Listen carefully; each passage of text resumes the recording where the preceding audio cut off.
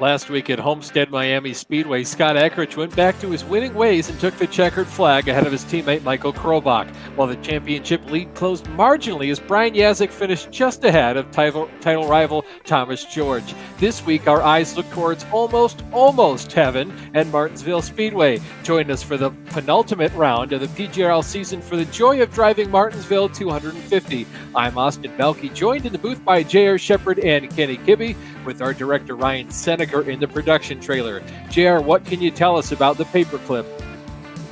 Well, Austin, Martinsville is just over a half mile with turns banked only at 12 degrees. However, these drivers are going to feel like they have no banking as they maneuver through the corners here tonight. From inside the car, it almost feels like the banking is going in the opposite direction, like it's fighting against you, getting that car to actually rotate and turn through the corner. Like you said, this place is also known as the paperclip because it looks like a paper clip, appearing to have symmetrical corners on both ends of the track, but this place drives anything but like that. Turns 1 and 2 drive like a tighter radius corner with the exit of 2 closing up. That will be real important. An important place to watch tonight as drivers get side by side. It's very easy to make contact with one another, and the outside car can potentially get into the wall there. Turns 3 and 4, they allow for more of an early entry into turn 3 where you get back to the throttle pretty early because turn 4 really opens up on corner exit. The grip is tonight's primarily going to be along the inside line here right against that curb. It's tricky though to run that line because if you touch that curb it will upset the car and possibly cause you to lose control or create a major wreck behind you. We have seen here in the past where once cars get side by side, the outside car can gain an advantage. They are just able to get back to the throttle a little bit sooner, and because of that, this place has always produced some fantastic side-by-side racing, but also produces a lot of cautions. We saw 28 of those the last time we were here, guys, over half of the race distance. Austin, our drivers in the hunt for the championship tonight, they will have to avoid that very carnage if they want a shot at that championship next week. Thanks, JR. I'd like to now transition to our Mahan Speed Laboratories. You won the pole, where you finished last award, winner of the pole this week, Greg O'Berry. Greg, you got a copy? Got you guys. How you guys doing? Pretty good, buddy. Not as good as you, though, starting up front in this field. And it's always, track position is what we always like to talk about here at Martinsville because it's so hard to pass. So starting up front, giving you some good opportunities to hopefully stay there. That's the plan. I was able to find a little bit more speed after a week of running officials. A little more confidence I'll be able to stay up front. But, being at the front of the minefield, it's still a minefield, so it's still going to take some luck to make it to the end.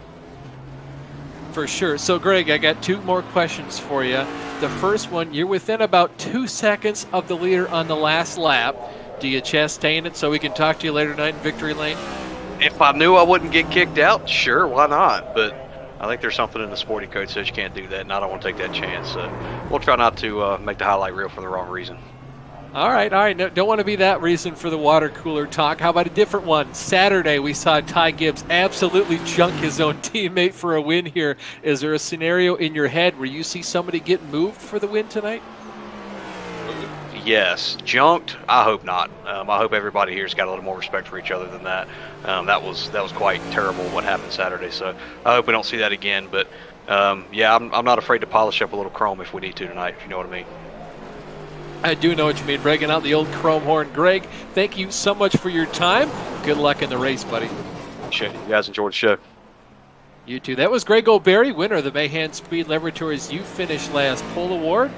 He looks to start on the front row in the first position and hopefully finish there before the end of the night. Anyways, Kenny, with about 45 seconds or so left in the practice session, what are your Kenny Kibbe's keys to victory tonight? Yeah, so tonight, guys, a 250-lap event. That's half of the race distance of the real race as normal. Only 7 total sets of tires, counting what these drivers will start on. So if you want to have even stints on your tires, you're going to have to go about 36 laps per set. 75% fuel limit, so about 120 laps on a tank of fuel. So really, that's only 1 to 2 stops for fuel. But with the amount of cautions that we typically see at Martinsville, you'll see drivers come and pit for tires, and that strategy is going to be all over the place as we go to the keys tonight. Track position, that's really going to dictate pit strategy. You might see drivers, if it's a caution fest all night, you might see drivers stick out for over 100 laps if we don't have long green flag runs. There is some fall off, but it's not going to be worth it to go to the back of the pack for new tires. Smooth throttle application. Really need to take care of the rear tires. It's very difficult to get on the throttle until the cars get straight off the corner. So it's going to be key to, especially if we have long green flag runs, that drivers show longevity with their rear tires. And the Chastain move is definitely outlawed, at least in this league, and it's kind of like what Greg O'Berry said, against the sporting code. So you will not see, hopefully will not see something like that towards the end of this race, but that doesn't mean we won't see something crazy. It is Martinsville after all. Thanks, Kenny. We'll now go through the starting grid for tonight's 250-lap affair. Greg O'Berry starts on pole, of course. He won the Mahan Speed Laboratories You Finish Last Pole Award. Christopher DeWald starts to his outside to round out the front row. James Moore will roll off in third, followed by Matthew Wheeler, who starts in fourth. Brady Kieran, the 25 car, lines up in fifth. Next to him is John Wilco in the number 62 machine. Jonathan Cogswell, the Davey Allison throwback, is going to roll off seventh with Woody Mahan to his outside. Rounding out the top 10 is Rich Jetty and Isaiah Dupre. JR? Yeah, rolling off in 11th place tonight, we have Mike Rasmus. Starting in 12th will be our current championship leader, Thomas George. Behind him, second place in points, Brian Yazek will roll off in 13th place. Michael Krobach will be in 14th. Adam Jersky will be starting in 15th tonight. Our Daytona winner from the beginning of the year, Norm Pelletier, he'll roll off in 16th. Tim Weinkoff, he'll roll off in 17th. And rolling off in 18th will be Gael Brooks. And rounding out the field in tonight's race will be your Season 1 champion, Scott Eckridge. Thanks, JR. Of course, the entire starting field for tonight's affair is done by an inversion of the finishing results from last week's, with, of course, the exception then of all the drivers that didn't make it last week and are here this week. And then behind everyone else is the last two defending season champions, that being Jeff Ward and Scott Eckridge. Once again, Jeff not able to make it. Luckily, though, for him, Scott Eckridge is here. Well, guys, the pace car is right now going down the backstretch. It's got its lights out, so we're going to be going green this next time by here. It's going to make the hard left turn down pit road right now. Give command of the field over to Greg O'Berry. He's going to put his right foot on the loud pedal when they make their way out of turn 4, so we can get started here for the penultimate round of the PGRL 2022 season for the Joy of Driving Martinsville 250. Greg O'Berry puts his foot on the right pedal, slams that car down in the first set of turns. He's got Christopher DeWald hot on his heels, though, and look at Matthew Wheeler up on the outside. Yeah, definitely. One of the things you're going to see tonight is how we have concrete down in the corners on the low line. If you get above that concrete, you're going to lose a ton of grip. We see a couple of guys getting up there. That is not where you want to be, Austin. Yeah, Matthew Wheeler continues to bleed spots. Right now he's going to cross the start-finish stripe and fall all the way down to 10th position. That is a total loss of 6 spots so far. Seeing if he can't get down. I think right now he's just trying to let everybody by, Kenny. Yeah, and some drivers will do that, just kind of want to be out of the hair of all the other competitors, but then others just kind of can't get into a rhythm. If you're stuck up on the high side as well, it's really easy to just kind of miss the corner and be out of the groove, and the bottom line's probably going to be relatively dominant in this race. We have seen the top line be good, but you really have to be aggressive about it, and a lot of these drivers running up high. Oh, Yazek up into the fence in turn 3.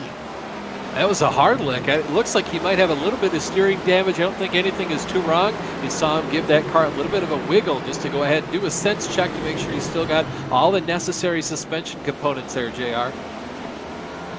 Definitely, he's going to want to try to ride this thing out until he can get a caution and try to come in and get some repairs made, but he may be in for some steering issues for the rest of this race. That was a pretty hard lick. Just it's very early in this race. The one thing about this next-gen car is that while the tire temps are cold, it is very tricky under braking to not lock the tires up and slide up, and looks like that may have been what happened with Adam Jersky behind him. Woody Mahan goes for a pass here, shoots the car down to the inside of Brady Keir. That moves Woody up to 4th position, relinquishes Brady back to the top 5, and only there. Isaiah Dupre up a whopping 4 spots. Just behind him, champion. Whoa, look at Dupre there go for a slide. And he We talked toes. about him making up some spots, Kenny. Sorry. Yeah, Dupre actually toes out and goes into the pits. No caution here, but you see it's just a self-spin. He gets a little bit of that curbing, and JR, this is a place where that curbing is a little bit... Whoa, DeWald spins down the backstretch. Brady Cure hits the inside wall hard. Oh, yeah, he does, and that's another... looks like that was another self-spin. I was going to ask JR about... the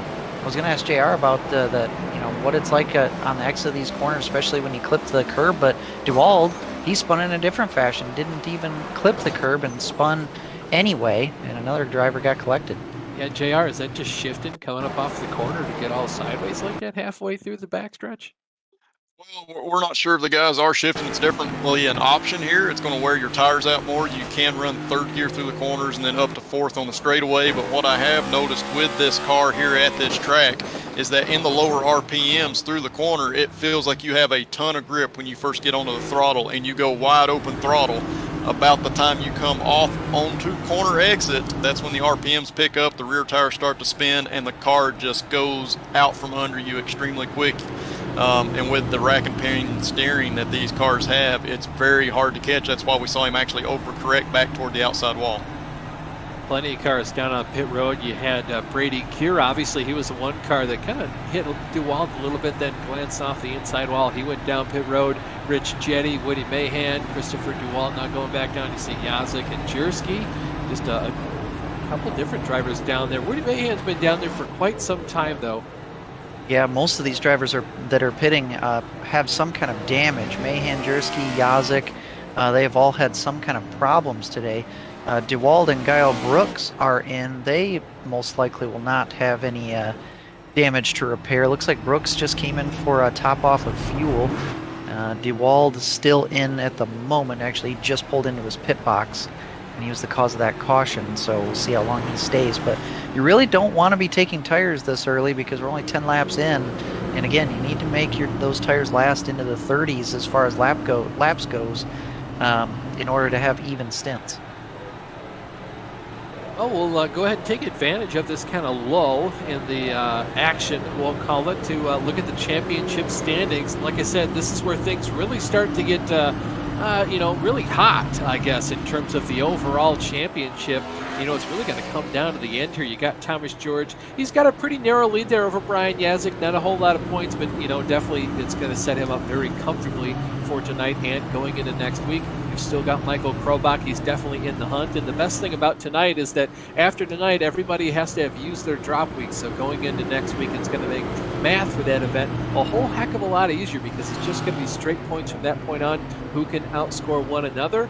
The last couple races, it looks like Brian Yazik, or it looked like, I should say, Yazik was going to come out very well ahead, or at least tied with Thomas George. And then by the end of the night, George always kind of puts himself right back in fighting fashion. And then Yazik might only get a single point or two of an advantage towards the end of the night. Yeah, definitely. Points have kind of moved around recently for sure. The one thing that Yazik wanted tonight was to be able to get up there, lead a lap, lead the most laps, and possibly even have the fastest time to try to gain some points. But he's going to go into recovery mode, it looks like.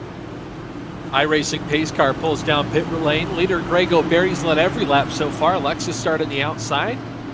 Going to be the 21 car of James Moore to the inside. He is absolutely just going to tree the field, though, is O'Berry as he goes ahead, puts his car just on the apron there, turns 1 and 2. He probably made a deal there with James Moore to go ahead and see you lay back and I'll throttle up early and kind of get away from the field, JR. Yeah, for sure. At this point in the race, there's no reason to not try to work together with somebody, even if they're not your teammate, just so you guys can get in line, get into a rhythm. This is such a rhythm racetrack. Very easy to overdrive it if you get out of that rhythm. So you just want to get single file, turn some laps, get into that rhythm, and move forward. So far out front, it's still Greg O'Berry. Like I said, he's led every lap so far after starting on the pole. Thomas George, though, guys, we mentioned he was going to be strong last week before we showed up tonight. Oh, another caution. Oh, and it's Yazik is around, and this one was an unforced error. Got on the curbing, and JR, I was actually going to ask you. Oh, and it looks like he's almost beached. He's just now getting the car rolling off of turn 4. But I was going to ask JR about this. The curbing here is quite a hazard. It is a big hazard, and like we said in the opening, the fastest way around this track, and he actually hits it on corner entry, which is a little bit different, and some of that could be because of the damage he received, continuing to have some handling issues or offsetting his wheel a little bit with the toe being knocked out. But yeah, absolutely, the fastest lane around this track is right against that curb. However, if you touch that curb, it is going to upset the cars, and one of the cars that is most affected by that is this Cup car, because of the way the ride heights are on the track and the way that the splitters and everything land, along with what's underneath the car. So you do not want to hit that curb at all. It will upset it tremendously. And we've seen many guys, I mean, it sounds easy, stay off the curb, but we've seen many guys in NASCAR through the years hit that curb, including guys like Dale Earnhardt Jr. and Carl Edwards, and they even got the nickname Kirby the first few times they were here. Plethora of cars now down on pit road. You see Woody Mahan, John Wilco.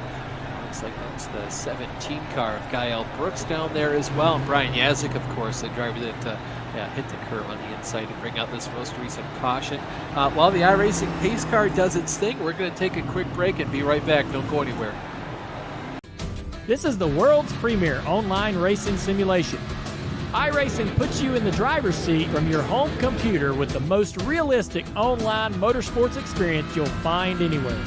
Race virtually in the world's biggest events with officially licensed series, cars, and tracks. From the high banks of Daytona to the blistering speeds of Indianapolis, the dirt of Eldora to the world's most legendary road courses.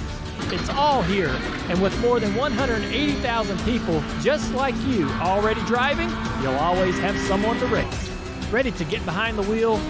Sign up at iRacing.com to get started.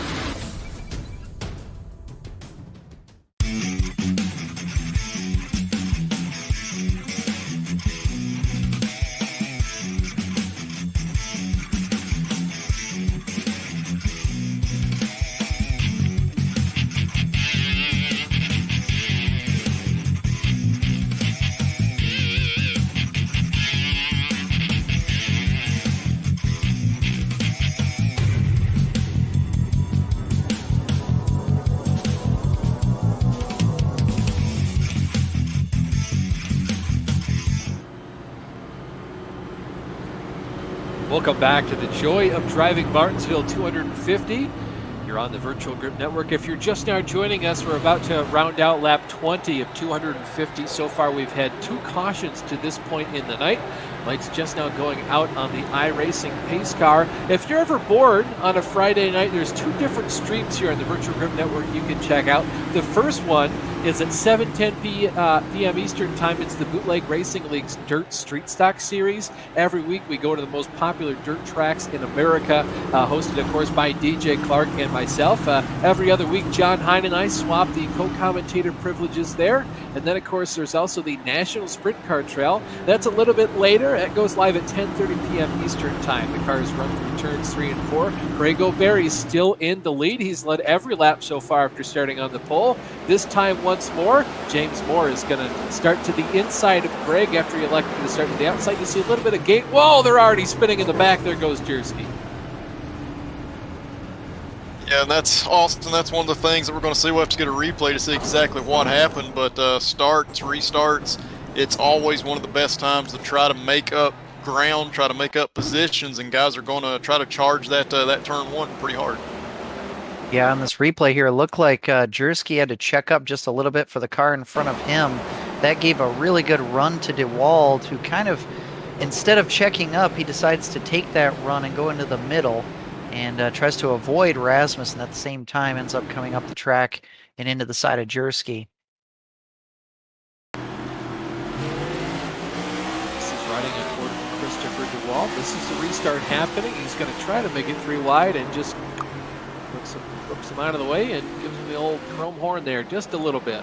And I don't think that was DeWald's intention to go 3 wide. I think that opportunity kind of just arose because of the checkup in front, and then just really miscalculated his spatial awareness with the 2 cars next to him there.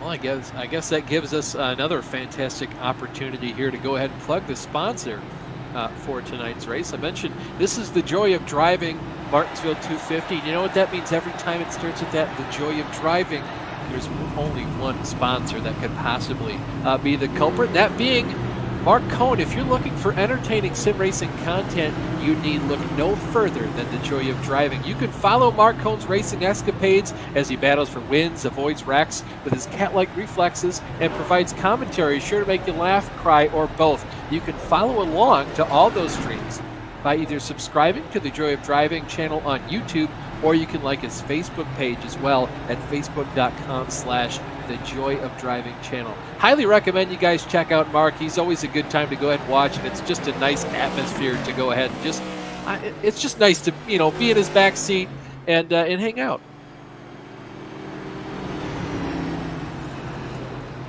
Yeah, so I've been following Brian Yazik on all these cautions, and he's been pitting just about every one of them for an extended period of time, which tells me he still has damage that he's bleeding off from the wrecks that he's been a part of. So these cautions are helping him, I'm sure, and I'm sure he's not done with the repairs yet, but so far a long night for Yazik.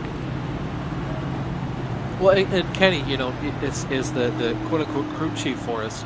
Talk us through when Brian comes down pit road. He's got a short window of time he can get this damage repaired, and he also has to make sure he doesn't stay down pit road too long, because then he gets pretty close to being lapped by the leader once the pace car comes back around. Yeah, so you know you only have so many laps where you can even decide to pit, and then you have to make sure you know that you get out of your pits before the pace car comes by. And with Yazik, well, depending on where you are on pit lane, you have to make sure you come out plenty early enough because of how slow pit lane is to avoid going a lap down. So at a short track here, you really don't have a whole lot of time to be able to bleed repairs off. See John Wilco just now coming off of pit road. Adam Jersky got the wave around, so he's now finally back on the lead lap. Greg O'Berry once again is going to restart the field here. James Moore, this time just as he did last time, is going to start to the inside. Go ahead and play some team games with Greg there. Greg's still out to a huge lead here. You saw Thomas George, he was third on the last restart, this time by Scott Eckrich, kind of pipped him for that spot, so Scott's going to start to his inside. Oh, look at a little bit of argy-bargy here. Yeah, Thomas George going around, guys. Yeah, and it's the other championship contender. Thomas George this time gets absolutely cleaned out by the 35. And George was just trying to kind of float it down into turn 3. He was really, really conservative. I don't blame him for being conservative, though. Just trying to get in line behind Eckrich. And Weinkauf tries to take advantage and gets down in there. And I will say this, though. The 6 car could have been a little less hesitant on getting right to the bottom. He left that lane just a little bit open for too long and ends up getting wiped out. Yeah, I have to agree with you there, Kenny. He certainly needed to make his intentions a lot clearer, a lot sooner. The driver of the 35, though, that red Budweiser 35 car, that's Tim Weinkauf. He has put in the chat twice now saying it's my fault and apologizing for the accident. So even though he definitely took out Thomas there's still no ill will towards him. It wasn't intentional. And JR, talk about on restarts here at Martinsville, like from both perspectives there. You got George, who really is just trying to settle in line, so he kind of lets up early on corner entry to just try to get down to the bottom line. But at the same time, if you're Weinkauf, trying to take advantage of a driver that's stuck on the high side. Yeah, definitely. On the restarts, when you're that guy that's on the outside and you see a chance for you to get down to the bottom, you definitely want to try to make that move before getting to the corner, just so you're making it clear to the guy behind you that I am taking this inside line. Doesn't mean they won't try to hit you from behind, but it does give you a better chance of making that corner. And another option that you have available there is if you don't feel like you're quite clear enough to go ahead and get down in front of the car that's to the inside or in front of you, you can run that higher line for one more corner. Turn 3 and 4 is not terrible if you run that middle lane through there. You can get a better drive off and then pull clear and to the inside down the front straightaway. So there's a couple of ways to do it. Definitely everybody has their own method, and definitely if you're one of these drivers, you want to get down as soon as possible. But it definitely being this early in the race, it's probably a little bit better to be conservative. I followed Thomas George's pit stop there, and it looks like he only was in the pits for about 6 3/4 seconds, so he must have come in realized he didn't have a whole lot of repairs to do, and then went back out, did not take any tires or anything like that. So luckily for George, I think he's going to get away with this and have a relatively clean car still. Yeah, getting away pretty lucky too. It wasn't a hard hit, but it was his contact with the wall once he spun around. And when he came back off the wall, he was kind of hopping up and down pretty ferociously, especially when he popped up onto the curb. I was very weary of all that damage he might have, especially suspension-wise, to see him just kind of, I'm not going to call it hobbling, but it was certainly, I mean, that car probably left the ground by about at least a foot or two every single time the rear end popped up. So wasn't too hopeful he would be all clean in terms of damage, but luckily for Thomas George, he is. Yeah, Austin, these championship drivers, both of them have already had issues so far. They're going to try to make the rest of this race as clean as possible. They cannot afford any more of this to be happening. Going to be the same old song and dance here from our two front row drivers, Greg O'Berry and James Moore. We're going to see O'Berry fire off, and that time, again, James Moore continues to be nice and just kind of let Greg get out there by a little ways. You see Tim Weinkoff now starting to get on the outside, start to try and pressure there. James Moore, if he can. We'll see if Tim can slot down here in between James and Scott Eckridge. Yeah, he's able to do that, so he maintains that third position, trying to fight after Moore here. But Moore is starting to pull away a little bit. We see the 28 back there of Cogswell. He's holding off Krobach at the moment.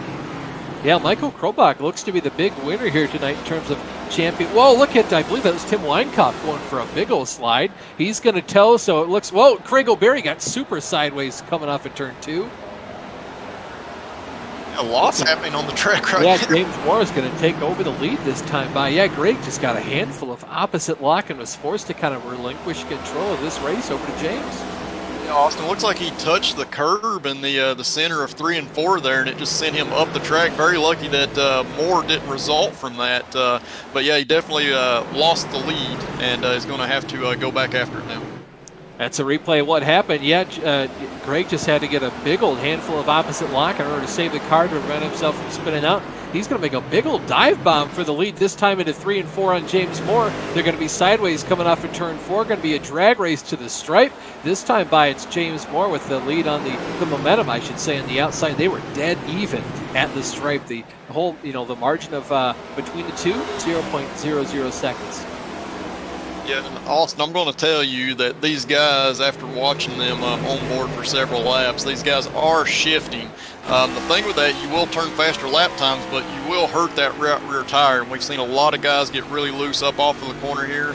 So the guys that manage that throttle the best, probably guys more like Scott Eckridge, are going to be the ones that are going to have the biggest benefit later in the run if we get some green flag runs. We just haven't seen that yet. It was interesting, too, to see that James is able to get himself. Oh, there's another caution out on the speedway. Well, this is kind of a multi-car accident. Oh, and it's Yazik and George, both of them involved this time, it looks like. Yeah, Yazik just lost it by himself, and the 6 car ends up just nudging into him a little bit, but Yazik definitely worse for wear on this one. You take a look at the blimp replay here, and I wonder if any of the damage or anything's affecting him there. He may have touched the curb just a little bit, but he did touch the curb, loses it, overcorrects. See Jersky involved a little bit there, and one other passerby ends up caught up. That's Matthew Wheeler, who sideswipes him as well. So a rough night continues for the sandwich car. This is right along with Thomas George. Currently your championship point leader in the 6 machine. That's Brian Yazik. Just barely touches the curb there. Tries to save it, overcorrects, and just comes up in front of the field. So yeah, multiple cars involved there. And guys, interestingly enough, Michael Krobach is going to come down pit road. Yeah, he's definitely the first front runner to pit really on his own accord. Everybody else that's pitted is pitted because of having some kind of issue, which is kind of astonishing considering over half of the field now has made their pit stop. Yeah, Krobach coming down here, going to give up his track position. But, I mean, this might be, in a way, guys, kind of like an undercut, because we all know everybody's going to have to pit eventually.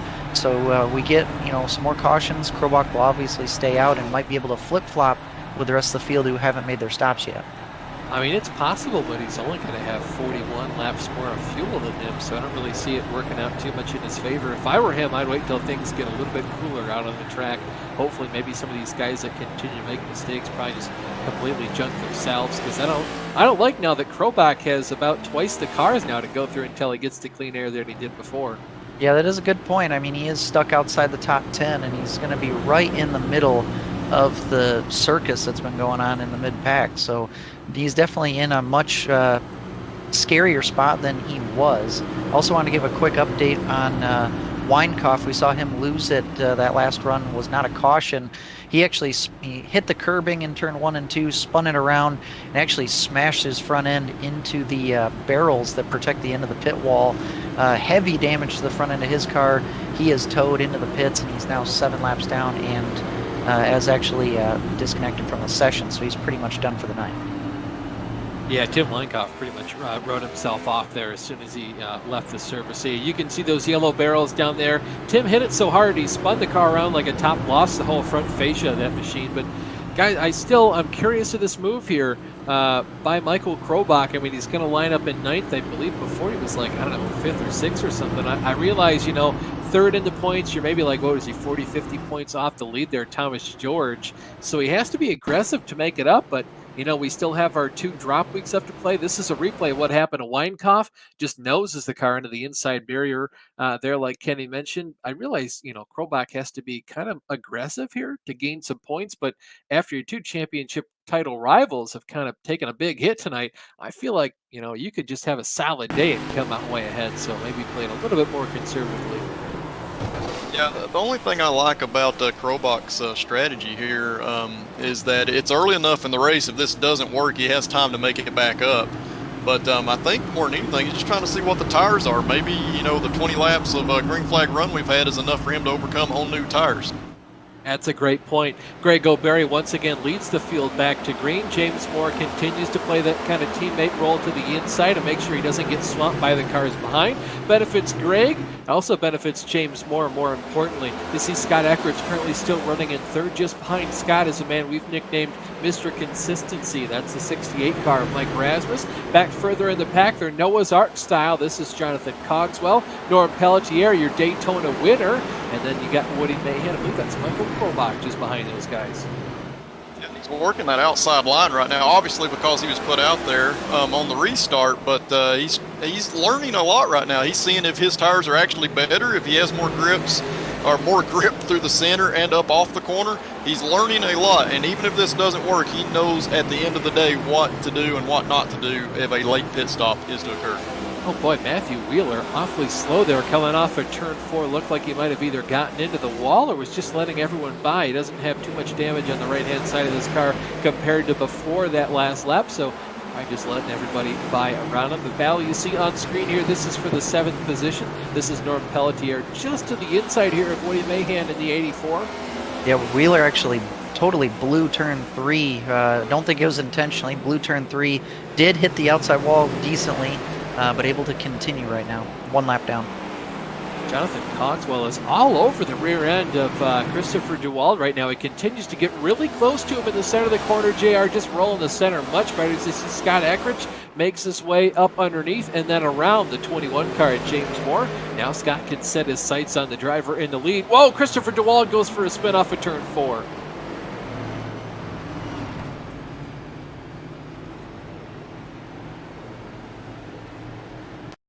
This is the second incident DeWald's been involved in, and I was looking to see if he got any help by Cogswell. No, he didn't. They came close on corner entry, but the accident actually happened on corner exit. Again, just another case of clipping the inside curb, and luckily DeWald does not nose it into the fence, so he'll be able to continue, but another stoppage in play here. This is riding on board with the driver of the 82, Christopher DeWald. You're going to see just right there, clips the curb, sends the car around. He did a phenomenal job, though, of getting that car woed up, slowed down, doesn't nose her into the wall, JR. Yeah, he did a great job, so he's going to be able to live to race another lap around here. But it does seem to me with these guys shifting that right about the time that they're shifting down in the center of the corner, the car really rotates pretty hard, really turns very well through the center of that corner, and probably better than what they're expecting. I think that's leading to some of these guys actually hitting that curb in the center or on corner exit. We're going to utilize this break in the action to take a break from the race ourselves. We're going to take a quick caution break, commercial break here, and be right back in a couple minutes. This is iRacing, the world's premier online racing game. iRacing puts you in the driver's seat to experience today's newest form of competitive motorsport, virtual racing, all from your home PC. Race virtually in endorsed series from NASCAR, IndyCar, IMSA, the World of Outlaws, Aussie Supercars and more. Take on legendary circuits like Daytona, Silverstone and the Nürburgring. Join iRacing's global online racing community and get on track today at iRacing.com.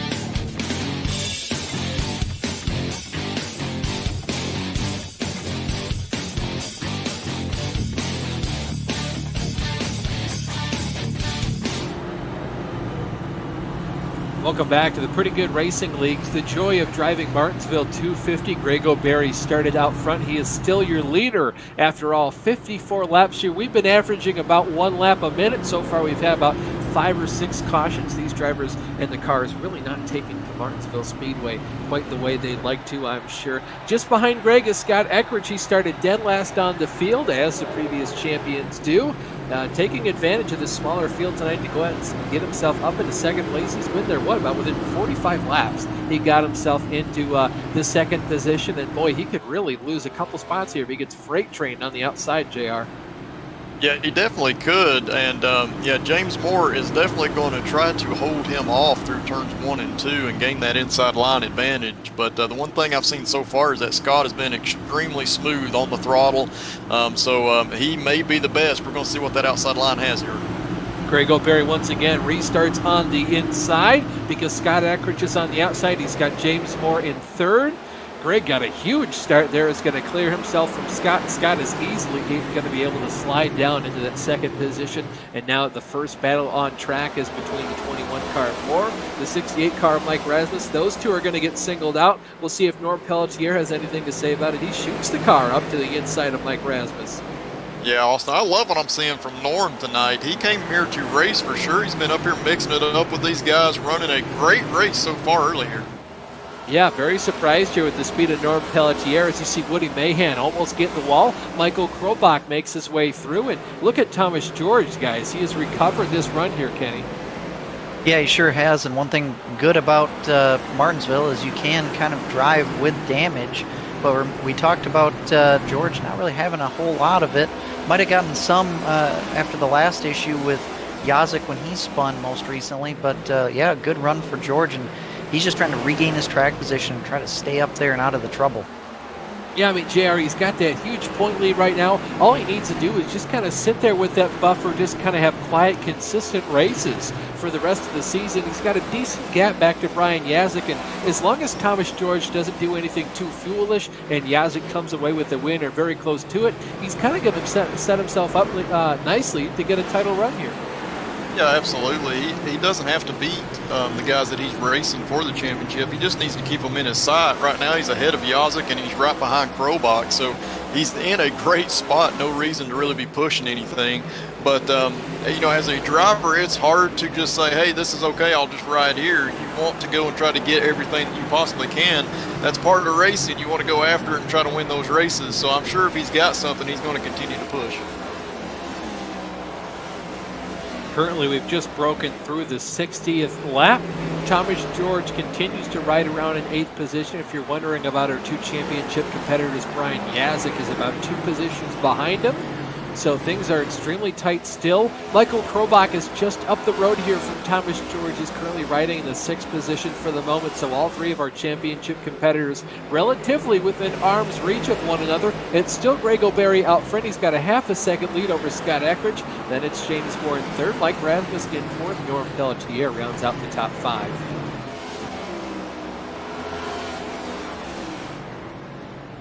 And finally, looks like we're getting mostly some single file racing. See one car up out of the groove. Seeing another battle shaping up. Rasmus putting a little bit of heat on James Moore. That's a battle for 3rd place. There's another side-by-side battle. Mahan and George going at it. Yeah, Thomas George on the outside, Woody Mahan the inside.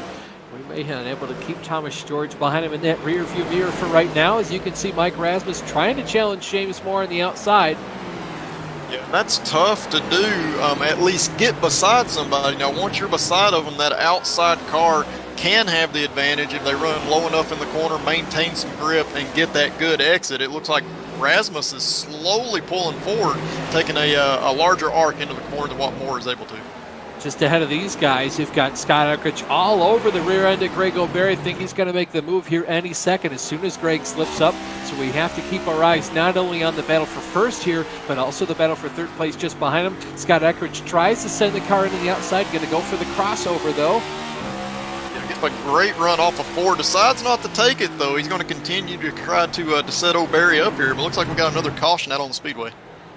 Yeah, another yellow flag here on the racetrack. We'll see if we can get a look at the cause for caution here in just a couple seconds for you. Take a look at the replay, Kenny. I'll be pretty curious as to what caused this one. Yeah, so Mike Rasmus got hosed here in turn 3. Moore drives it in deep and washes Rasmus up the track. I think there was maybe a little bit of contact, but Rasmus goes way up the track, up out of the groove into the marbles, and then loses it on the exit and noses it into the fence. He was just trying to turn the car down to keep it out of the outside wall, and in turn ends up spinning her into the inside fence. A pretty decent impact, too. Greg O'Berry is going to make the hard left turn down pit road, as is most of the field. Michael Krobach is going to stay out there to at least lead himself a couple laps. You got Jonathan Cogswell, Christopher Duwald staying out here as well. Yeah, and this is the point right here where Michael Krobach will leapfrog the rest of the field, and he will only have, looks like 28, 29 lap older tires than everybody else, and that's not even green flag laps, that's total laps. So he's going to gain that track position. Cogswell's going to stay out and be 2nd. Duwald will be 3rd, and Wilco at the moment is going to be 4th. I'll be really interested here to see if Scott Eckridge can beat Greg O'Berry off of pit road. All this year, Scott Eckridge has done a phenomenal job to beat his competition off pit road. This time by, it looks like Greg O'Berry is going to come out of pit road ahead of Scott Eckridge. Gael Brooks, though, he must have only taken 2 tires because he came out ahead of both these guys. So I'll be interested to see how the entire field rounds out. We're going to wait to see all these guys cross the start-finish line to make sure the timing and scoring is correct. And then we're going to take a quick break. Yeah, I'm not so sure that Brooks even took any tires there. Looks like he just kind of maybe took some damage repair and fuel only on that one. And now Thomas George also going to find himself in the top 5 with a short pit stop. So with that, we're going to take a quick commercial break. We'll be right back after this.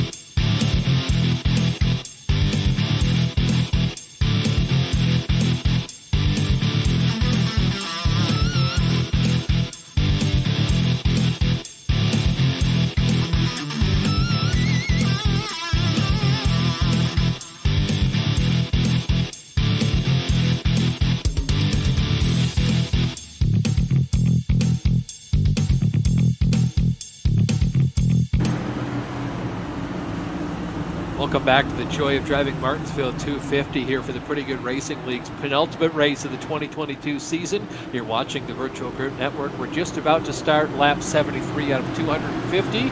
Michael Krobach is your leader with Jonathan Cogswell to his outside. They go through the Geico restart zone. Krobach puts his right foot on the loud pedal, rockets away from the field, and a little bit of argy-bargy as they go back through the pack, some touching and banging around. Rubbin's racing.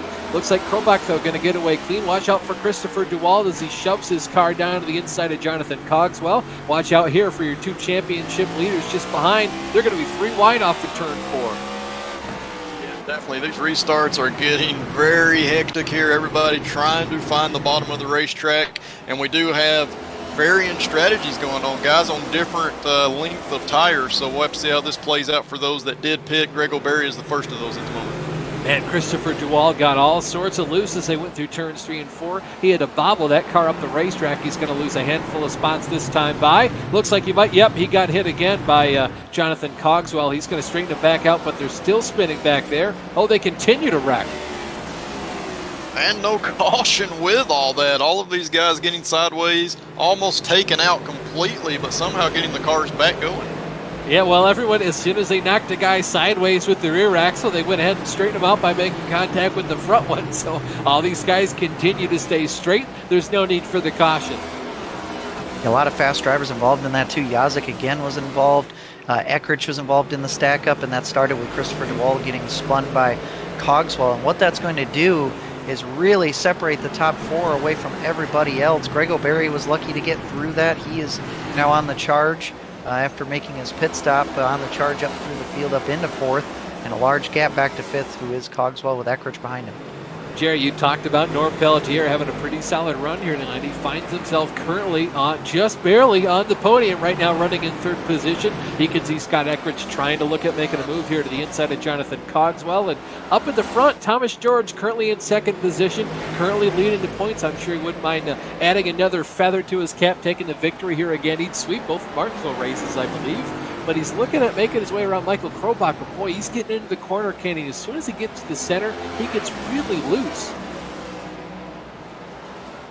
Yeah, it's all about that throttle application off of the corner. And when you're right behind somebody trying to make that move, you're really going to push the issue and see if you can get onto the throttle either a little bit harder or a little bit earlier than the driver in front of you. But sometimes it's just really difficult to get these cars to be compliant, especially early into a run. Adam Chersky shows his nose to the inside there of Christopher Duwald in the 82 car. Christopher gave him the room, but boy, Chersky just couldn't generate the run enough to get to his inside and stay there. Yeah, it's difficult. That guy on the outside is just able to take a larger arc on the corner exit, able to get that throttle down a little bit better than the guy that's having to turn that wheel tighter while applying the throttle. So it's one of the things that's extremely tough to make a pass here, and if you're able to get to the outside of somebody, that can be a huge benefit. It's just hard to do that. Well, JR, it used to be you could never pass a guy on the outside unless your tires were just way newer than his, but with the, invention of this new Gen 7 car, we've got the 2-inch wider tires. There's a lot more contact patch. Is that why these guys can run around the outside so competitively?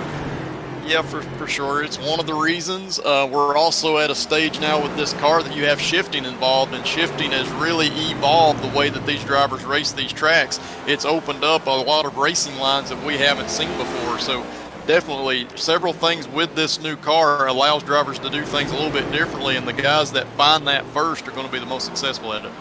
Adam Chersky finally gets his car to the inside of Christopher Duwald, but boy, Duwald's not going to give up just yet. And that number 82 car, this time by, he decides to go ahead and give up the ghost here. Slots back in behind the 71 car of Adam Chersky just before Kyle Brooks can get to his inside. Up front, guys, Thomas George really showing a lot of speed, actually putting a decent bit of pressure on Krobach for the lead. And George was one of the drivers that pitted on the last caution, or on lap 68, whereas Krobach pitted on lap 40. So he's taking advantage of the slightly newer tires and pulling a little bit of a gap on 3rd place Pelletier so he can focus up ahead. Yeah, going into the corner, and for the most part coming off of it, especially in turn 4, Thomas George is a lot faster, but in turn 2, there's just nowhere for him to go. As Norm Pelletier, I believe he's gone for a spin just out of turn 4. He must have saved it, though, still no caution. Looks like he's going the right direction again. Yeah, he did get really sideways, but saved it and did not hit the inside wall either, so he will continue just with some hot rear tires. Hot rear tires, and I'm sure his pride isn't too pleased with that move. That means that Greg O'Berry now slots himself back up onto the podium, moves Scott Eckrich into 4th place as well. Norm Pelletier has fallen all the way back to 5th at the moment. Yeah, guys, and you can see Greg O'Berry in 3rd, Scott Eckrich in 4th. Those are your highest running guys that pitted the last time the caution came out. You can see that tires are not huge when you only have 20 or 30 lap difference here. But the interesting thing is going to be as the tire temperatures continue to go up and we get longer into the run, assuming we can get some green flag laps going here, I think that's when you'll start to see those fresher tires prevail. It's also interesting to see, too, you can see in your screen right now, it looks a little bit darker. We've got some cloud cover over the track, it looks like, so the track's going to continue to cool down just a smidge. Not a lot, but it will kind of aid these guys in tire management as the race goes on. Yeah, it'll definitely add some grip to the racing surface. The bad thing about that is as soon as the driver feels some grip, they start to push the car a little bit harder, and sometimes that can be misleading and can lead to some spins. So hopefully these guys are aware of that and take care of their equipment here. Speaking of pushing the car, Brian Yazik pushes himself just ahead there of Jonathan Cogswell in the 28, moved the 55 car now up into the 6th position. Mike Rasmus follows him through, as does, I believe, Woody Mahan, yep, in the 84 car. Oh, James Moore is running the fence.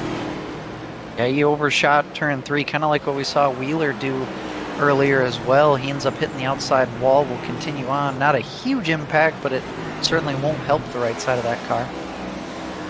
Yeah, definitely not hauling the wall, as it were, the old Ross Chastain move from this weekend. What a move. That was absolutely astonishing. But guys, the more Michael Krobach and Thomas George continue to run 1 and 2, the more Greg O'Berry and Scott Eckrich continue to catch him with those newer, fresher tires.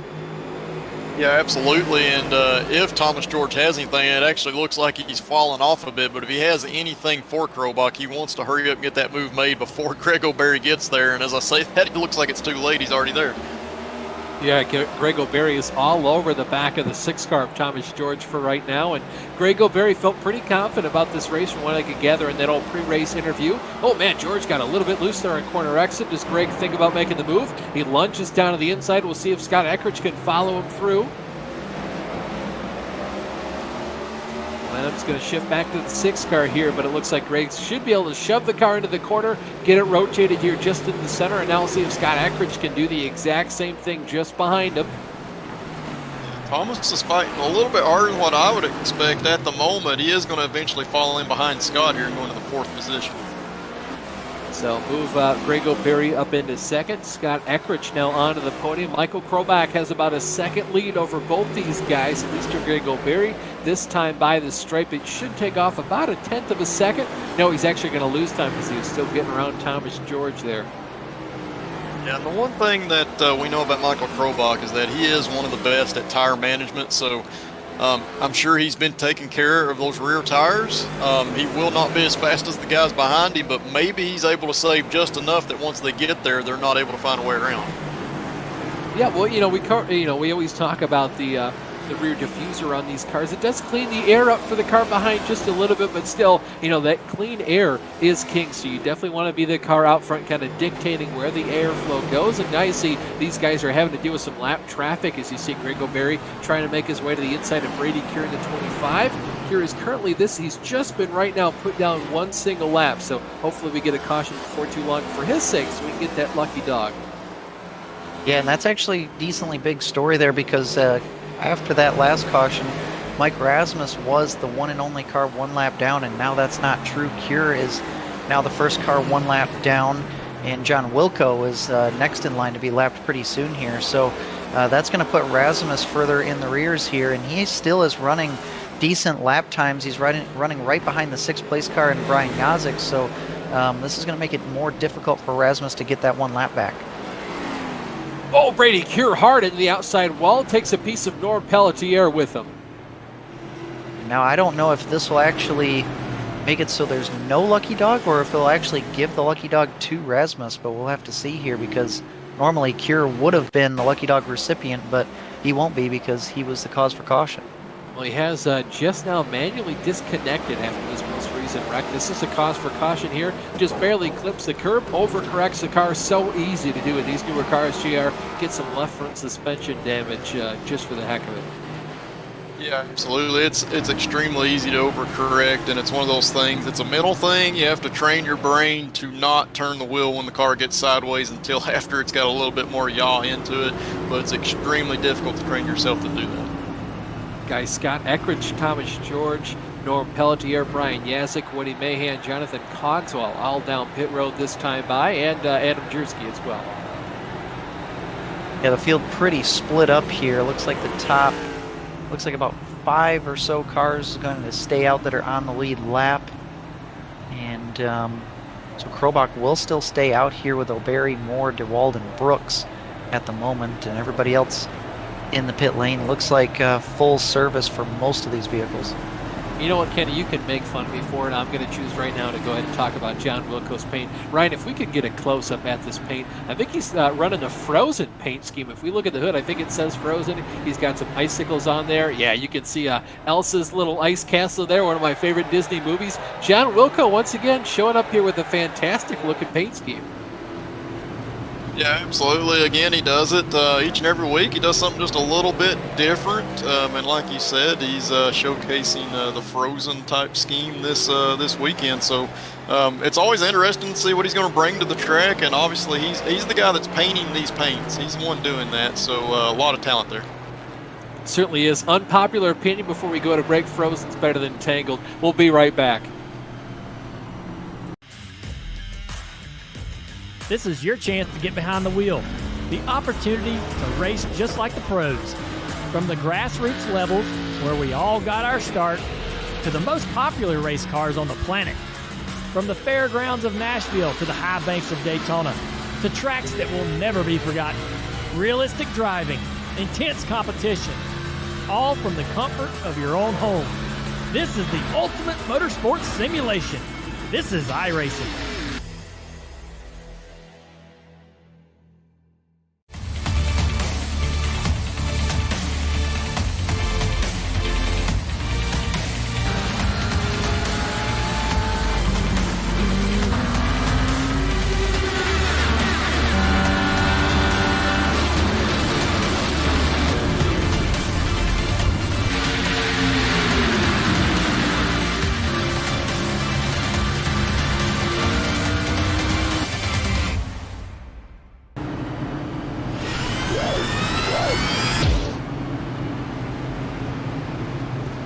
Welcome back to the Pretty Good Racing League's penultimate race here of this year, the 2022 calendar season.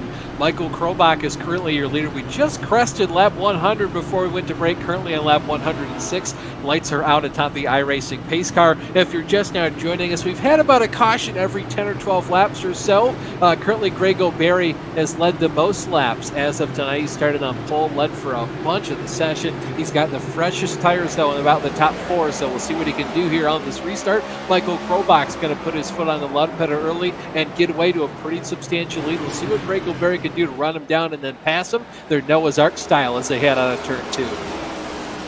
Yeah, definitely the cycle here on the tires, being able to cool them back down, that's going to give Krobach a little bit of a less of a disadvantage for at least the first 5, 6, 7 laps here. But O'Berry definitely with newer tires, he's going to try to capitalize on this since the top 2 are running away from the rest of the field.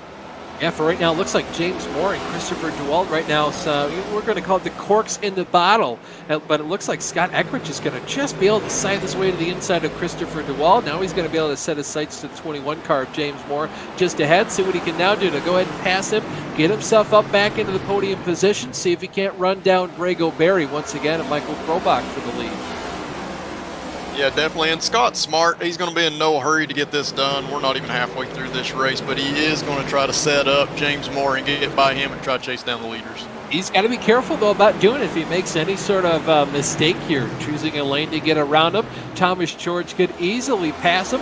follow James Moore just for a little bit, and then kind of just capitalize where Scott Eckridge couldn't. And Kenny, you got to pass these guys when the opportunity presents itself, because when the tires are too worn, you can't make a move. That looks like Scott Eckridge finally gets a call. It's clear to the inside, makes the move here. Yeah, you definitely have to take advantage of track position, or being in the preferred lane, or taking advantage of drivers who are stuck in the non-preferred lane if you can. But at the same time, you just have to be smooth about it, not overstep the bounds of the race car or of the tires. Brian Yazik tried to make a look down to the inside. He wasn't able to get there in corner entry, but boy, through the center of the corner, he was able to get that car rotated much better than James. Gets that thing down to the inside. Now he's probably going to make this pass this time coming off the corner. He does indeed. Now Woody Mahan looks to continue the choo-choo train. Chersky tries to take advantage too. He's gonna just barely get there. And boy, if you're James Moore, you've got to be wondering, why did I stay out on these older tires? Oh, he's actually going to blow the corner just a little bit. Almost barely doesn't make contact with the outside wall. Yeah, he just got a little ambitious there, getting tired of being stuck on that outside line. Kind of drove it in a little harder, hoping that he can make something happen, and just overshot it. And like we said, once you get above that concrete in the corners, there is zero grip. That is where all the marbles have gone to from these tires. Guys, these first three cars here about nose and tail. There's about 0.2 of a second separating not just them, but as well, you got Thomas George, championship leader, Brian Yazik as well. He's in second place in the title championship points. These guys are all running within about 0.2 of each other here in the first 4 or 5 spots. Things are extremely close. Yeah, definitely. Tires have not been huge when you only have 20 or 30 lap difference on them. That's kind of what some of these guys that are up here have. So everybody kind of keeping it close and tight. And even though you're faster than somebody, you can be 2 or 3 tenths of a second faster, but making a pass on them is going to be extremely difficult, because you have to be better than them coming off of the corner. And if they're able to find a way to do what you're doing, yeah, you're just going to struggle all night. You're going to see what you're seeing here from Brian Yazik. You just see these cars in line in front of you. So currently it's Michael Krobach, then Greg O'Berry, then Scott Eckridge. Oh, a little bit of a bump there from Eckridge to O'Berry. Right now, Michael Krobach is the cork in the bottle here to see these guys continue to catch up to this train. Once they catch it, they can't go anywhere. Super hard to pass still. It is definitely Greg O'Berry being held up for sure by Krobach. The guy that's going to try to benefit from that is Scott Eckridge, because he's going to back off just a little bit, try to get a run here. Almost got to the inside of Berry off of turn 4, but slipped the tires a little too much. Yeah, just got a little bit too squirrely there coming off the corner, but he almost made it stick down to the inside. Easy pickings from that on. The outside lane still has that momentum off of the corner, but boy, that inside car can sure rotate it very well. You see Scott Eckridge now makes a move to the outside. Almost got the call that he would have been up there. Comes off the corner, just barely makes contact with O'Berry ahead of him. Yeah, and these guys are so close before they get on the brakes into the corner that any of them checking up just a little bit early can create an accordion effect. So we'll have to see if these guys are paying attention, because it'll be very easy to get to the guy in front of you when that happens. Whoa, Berry got loose that time coming off of turn 4, is forced to go down to the inside. Scott Eckridge is going to just take advantage here. I'm interested to see, though, what is Thomas George and Brian Yazik going to do behind? Are they going to take advantage of these down to the inside? Yeah, I think they're going to try to get to that outside as long as Scott Eckridge is still there. Out. Yeah, as long as Eckridge is on that outside, these guys can follow him through. They can continue to hold him down, Greg O'Berry. Oh man, Greg O'Berry almost had the opportunity to clear himself up, make sure that Thomas George didn't get that big of a run, but he's still going to choose to stay in that lower lane. Now Thomas George get to his outside. This means Scott Eckridge can set his sights here on his teammate in the championship standings here, Michael Krobach. Oh man, Thomas George couldn't quite get it done there. Is forced to relinquish that position back to Greg O'Berry. So go ahead, move those cars back to where they were. That's the 97 of O'Berry in third. The number 6 car of Thomas George currently still residing in the 4th position. Yeah, and definitely, if you're that guy that's trying to make that pass to get to the outside of somebody, you've really got to do a nice job through turns 1 and 2. If you do not get completely alongside of them by the time you get to turn 3, the inside lane is going to be so much better there unless the guy makes a mistake. So Greg O'Berry doing a great job to recapture that 3rd position. And that last time through turns 3 and 4, Scott Eckridge gave Michael Krobach a decent-sized shot there in the middle of the corner. He's working him really hard right now as they get down on the back straightaway. He's going to be trying to make a pass as soon as he can. We actually see Thomas George going for that third spot on him, Barry, this time on the inside lane. Yeah, he's going to make it work. He's going to be clear as they come off at turn 4. Now it's Brian Yazek's turn to see if he can't make his way around the 97 car. Scott Eckrich continues to just give Michael Krobach tiny bumps. And Ken, you know what they say, 1 bump I'm here, 2 bumps you're in my way, 3 bumps, see ya. Yeah, this is a little more aggression than what I expected to see out of Eckrich at this point. Not sure if maybe he's taking advantage of the fact that he's, racing, fellow admin there, Krobach, giving him a hard time. Ooh, as he gives him another shot on the exit.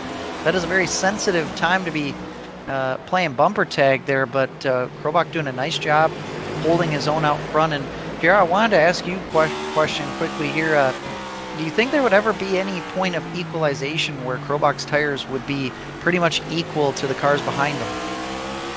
Yeah, I think you're only going to have about a 20, maybe a 30 lap older set of tires on than what the guy behind you has, and I think you're going to have to get about 50 laps into the run. That seems to be when the rear tires really start to pay from the shifting that these guys are doing. Unfortunately, we've not made it 50 laps into a run yet to be able to tell that for sure, so hopefully we can get some green flag runs going here and see. We see Scott Eckrich making that move to the inside of Krobach. Eckrich is going to get a huge run off turn 2, pokes his nose just to the inside here of Michael Krobach. It looks like he's going to be able to clear himself down to make sure Thomas George can't take advantage. No, Krobach's going to choose to stay on the outside line here, allow Thomas George to get down to his inside. Just behind these guys to see Brian Yazek make a move and complete the pass for himself on Greg O'Berry. So move Yazek in the 55 car up to the 4th position. We'll see what Yazek can do here with the 72 car of Michael Krobach. Scott Eckrich now your leader by about a cool 5/10 of a second. Yeah, Eckrich is just going to go on cruise control from here, I would say, guys. He's been one of the fastest cars through practice.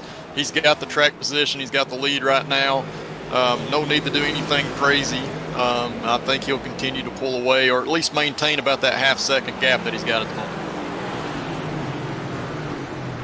So Scott Eckrich in first, Thomas George in second, Michael Krobach third, Brian Yazek fourth, Greg O'Berry currently in the 5th position. So as it stands right now, in terms of the championship point chase, Thomas George would pull a good maybe point or 2 over Brian Yazek this race. So definitely not what Yazek needs, but again, we're going to get a pretty clear understanding of how everything sorts out after these guys have their drop weeks taken into account. Yeah, definitely. Not sure exactly where the points are going to fall after they lose those 2 weeks. It could open up, it could close up, but the one thing that Yazek wanted to do tonight was come in here and try to go after and take things into his own hands, try to get a lap lead the most laps, maybe get a fast lap, because there are points awarded for all 3 of those things. He's had a lot of bad luck in this race so far, but at the moment he just took over the 3rd position for Michael Krobach. Yeah, go ahead and move Brian Yazek up into one of the podium positions, this time by the bottom step. We'll see if he can't get closer and closer as the race runs on. And boy, wouldn't it be a story too? Brian Yazek continues that Yazda Sandwiches shot paint scheme, goes back-to-back and wins the last 2 races of this championship season, just as he did in the middle of the season. I think that's what it's going to take, Austin. If he's going to have any shot to win this championship, he's going to have to find some way to just really take over from what Thomas George has been able to do late in the season. Scott Eckrich took the lead over from these guys, and he's been continuing to pull out and further gap Thomas George. And the last couple laps, he's opened that gap up by about a 1/10 of a second. Of course, as soon as I say that, he must have made a mistake, or Thomas George puts down an absolute flyer, because it's now back to just a 1/2 a second. We see Greg O'Berry actually putting the bumper to Michael Krobach there in the distance, actually moving him up a little way. A nice move, not doing anything crazy, just kind of letting him know, hey, I'm going to take this position from you. Woody Mahan now taking a look down to the inside of Michael Krobach. This should move Woody Mahan up to the 5th place position, put himself neatly up inside the top 5. And now Adam Gierski tries to make a move on Krobach as well. He's going to continue to fall through the field. Remember, guys, he's on older tires, so not too surprised to see Krobach falling through the field at this point in time.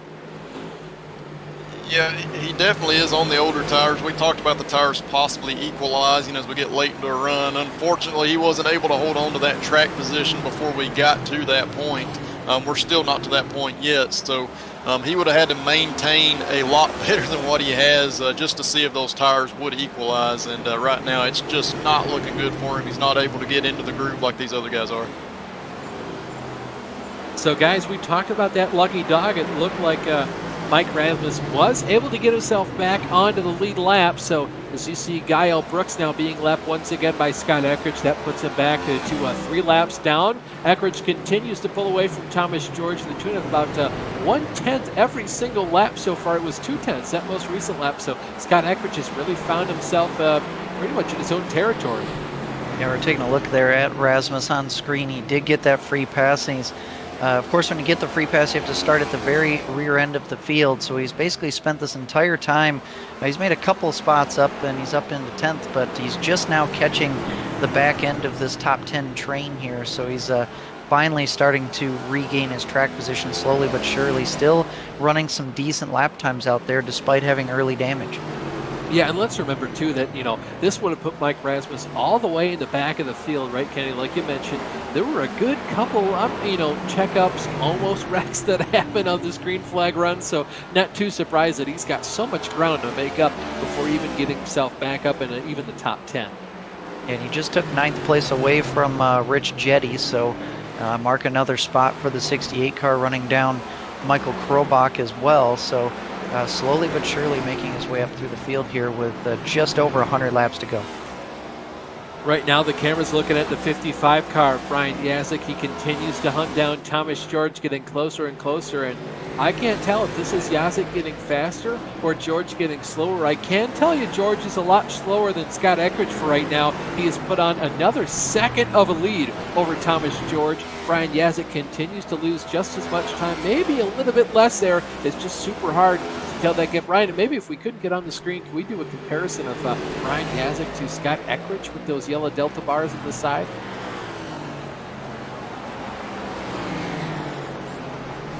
Okay, not set up for that. All good, all good. Usually it's one car to the one ahead, so it takes a lot more effort to do more cars split between them. Thomas George finally just kind of gives up the goose there, allows for Brian Yazik to go by, and all he's doing right now, you might say if you're at home, why are you giving your title rival some championship points here?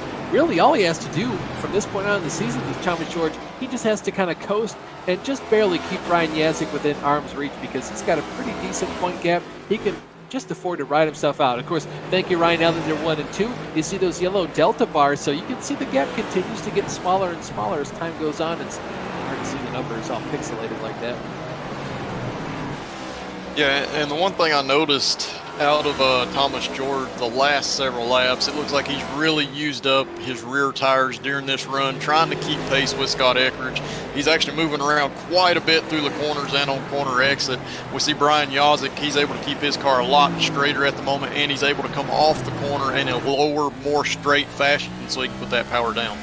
Yeah, to be fair, I feel like Thomas George pretty much all night is just, if he isn't overdriving the entry when he tries to dime in the corner in the center, really not doing himself any kind of favors for that rear axle. Still see him getting a little bit sideways there coming off the corner, but it's mostly right about here. He just barely drifts the car up and kind of just goes into a four-wheel slide. He especially was doing that when he was really getting after it, trying to get to the lead. That's the one thing that these new cars kind of lead you into. It makes you want to overdrive the car just a little bit, and you can feel so secure doing it. You feel like you have so much grip doing it early in a run, but you will pay for it late in the run. And guys like Scott Eckridge, Michael Krobach, they've done a great job throughout the season being able to maintain the tires, maintain their equipment, and make the moves late into a run. Bell on your screen right now. This is for a top 10 position, the last one on the grid. This is Jonathan Cogswell versus James Moore in the 21 car. Right now it looks like Cogswell is going to get that spot in his Davey Allison throwback, and just behind both these guys is currently your leader, Scott Eckridge. Brian Yazik has eaten into his lead just a little bit. He's brought that thing down by about 2 or 3/10 of a second, just as these guys catch up to the lap traffic. That time by Scott Eckridge actually had to go around the outside of Christopher DeWald, so unfortunately he lost a heaps of time there, but it looks like Brian Yazik is probably going to have to do the exact same thing. So it shouldn't be anything to worry about for Scott Eckridge for right now. No, definitely not. And Scott, I'm sure, has plenty of tire left, and he's just looking for a smooth race. Anytime he catches a lap car, he's not going to do anything crazy or try to make an aggressive move. He's going to make sure that the line is open before he takes it. Now, guys, we are in the fuel window. If everybody pitted from now on, they will be able to make it to the end on fuel. 120 laps approximately on a tank of fuel, and we have about 100 laps to go in this race. And those drivers that pitted a long time ago, Michael Krobach, Craig O'Berry, and James Moore, they are still on a one-stop strategy too, even though they pitted much earlier. So they're not going to have to make any extra pit stop, but they will have to pit much earlier than the rest of the field. Well, I mean, Kenny, can these guys afford really to stop under green flag conditions? I feel like the best thing you could do is wait for a caution, right? Well, it looks like actually Mike Rasmus has just come down pit lane. I'm not sure if this is scheduled or not. He pitted on the last caution. Oh, James Moore goes for a spin on the front stretch. This might cause a yellow. And it does. Yeah, you can look at the field trying to take evasive action there. Thomas George goes to zigzag and chooses to zig as soon as he sees James Moore going down the track. I think that was a premeditated pit stop there from Mike Rasmus. He is taking tires right now, but will end up getting caught a lap down as you take a look at the replay here. Moore there trying to keep up with the leader Eckridge and just loops it around.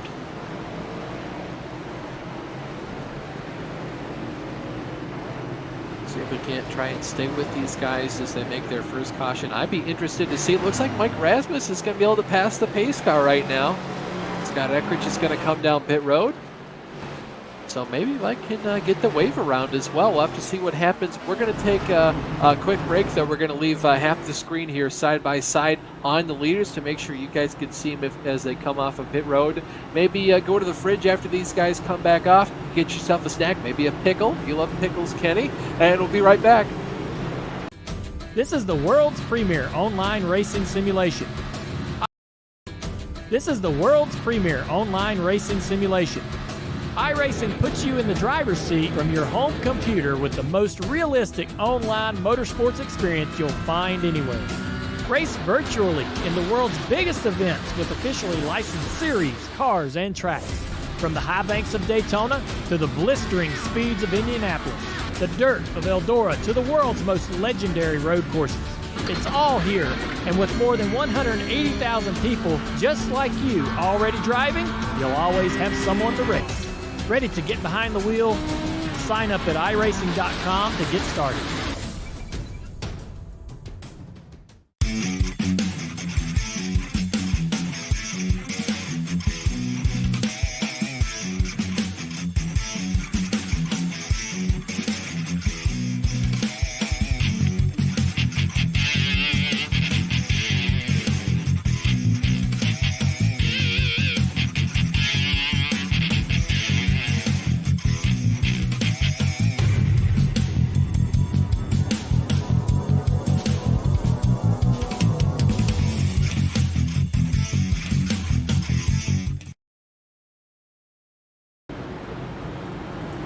Welcome back to the Joy of Driving Martinsville 250. You're watching the Virtual Grip Network and the Pretty Good Racing League's penultimate race of the season and of the entire year. Of course, the PGRL's Premier Series has 3 seasons over the course of a calendar year, each of them about 11 or 12 weeks. So we'll take you through all 3 of those. This one, though, just about to wrap up, not just for this season, but as for the entire year, as I just mentioned. So getting ready to go into the off season. It's been a lot of good racing all year. It's been an absolute pleasure and a joy to be up in the booth calling these races with you guys. And of course, it's just awesome to see what these guys come to the track with and the show they put on.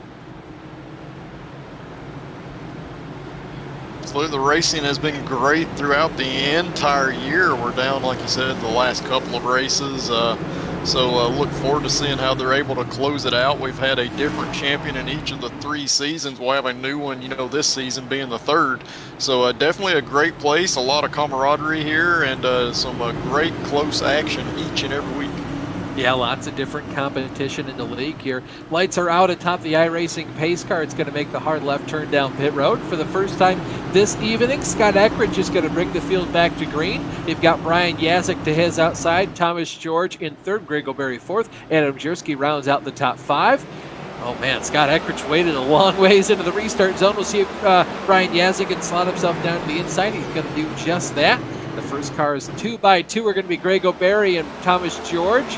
The rest of them Noah's Ark style behind. Greg is going to be able to clear himself in front of Thomas. Thomas is able to slot back down to the inside as well. And definitely Brian Yazik, he may not have had the pace all race long to keep up with Scott Eckridge, but you can see him charging hard. He actually overshot turn 1 just a little bit. He wants to get that lead. He wants that extra bonus point you get for leading a lap here. Yeah, but again, it's one thing to catch up to Scott Eckridge. I don't feel like he's going to be able to do it. We saw Scott just pulling away in the last green flag run. It's one thing to catch a guy. It's another thing to pass him. And we've seen tonight it's incredibly hard to pass unless you've got a lot fresher tires than someone else, or unless they're being held up by somebody in the off lane compared to you. Yeah, definitely. It's an extremely hard track to make a pass at.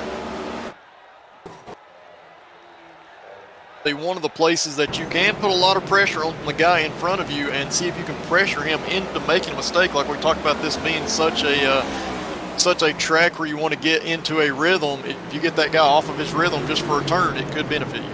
See, Woody Mahan now currently continues to fall through the field. He's given up about 4 positions or so in the last couple laps. He's got Christopher DeWald down to his inside trying to take advantage of this kind of momentary lapse. And I'm just going to say judgment, maybe racing pace here out of Woody. It's not very often we see a single mistake out of Woody.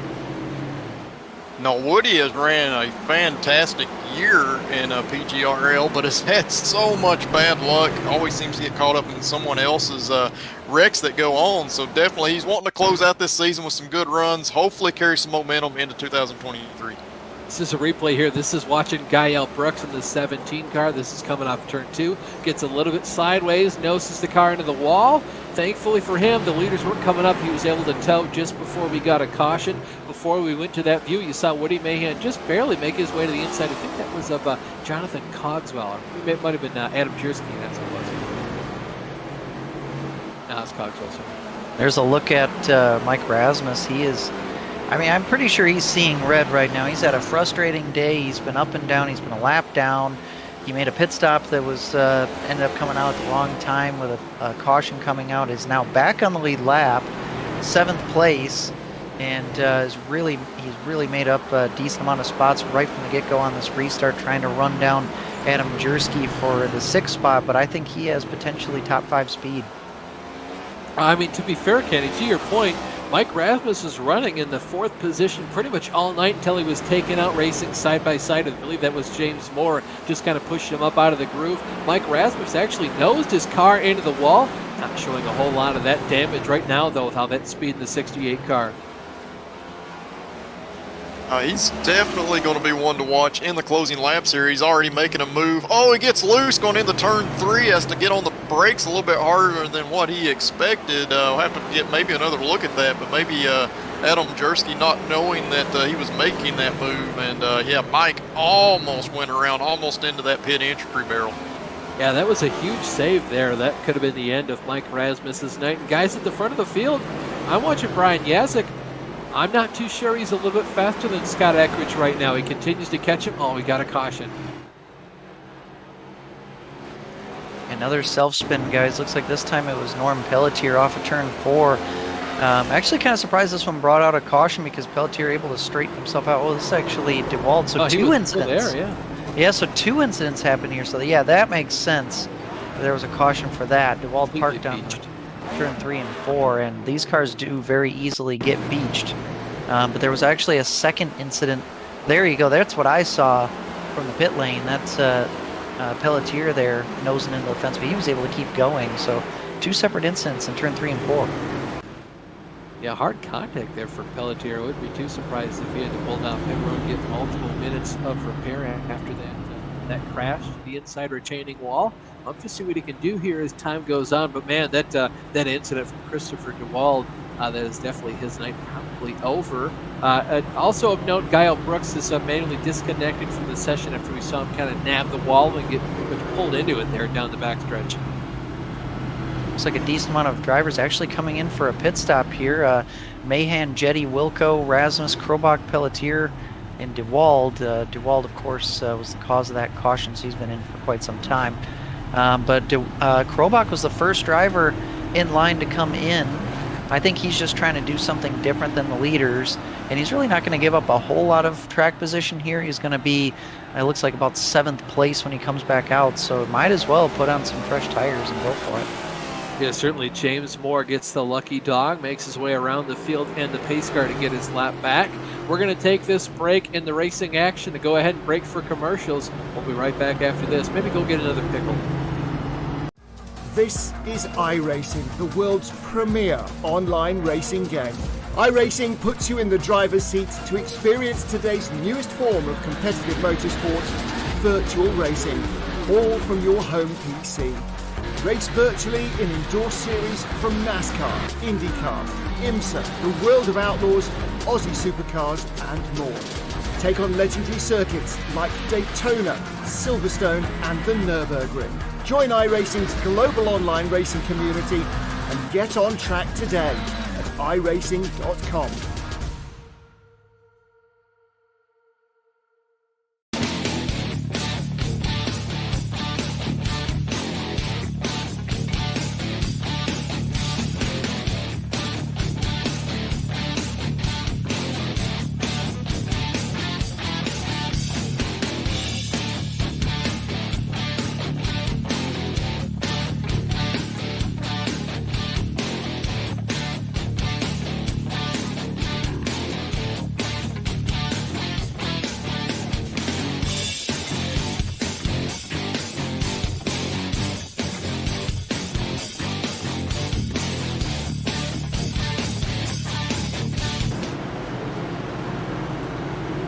Welcome back. You're watching the Virtual Group Network as we show you the penultimate race in the PGRL season number 3 of 2022.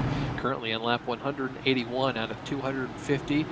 This race pretty much plagued by cautions. Scott Eckridge is still your leader. Greg O'Berry started on pole. He's led probably about half of the laps so far in this race. At least a third of them currently finds himself in third. You've got Brian Yazik to the inside here in the front row. iRacing pace car makes a hard left turn down pit road.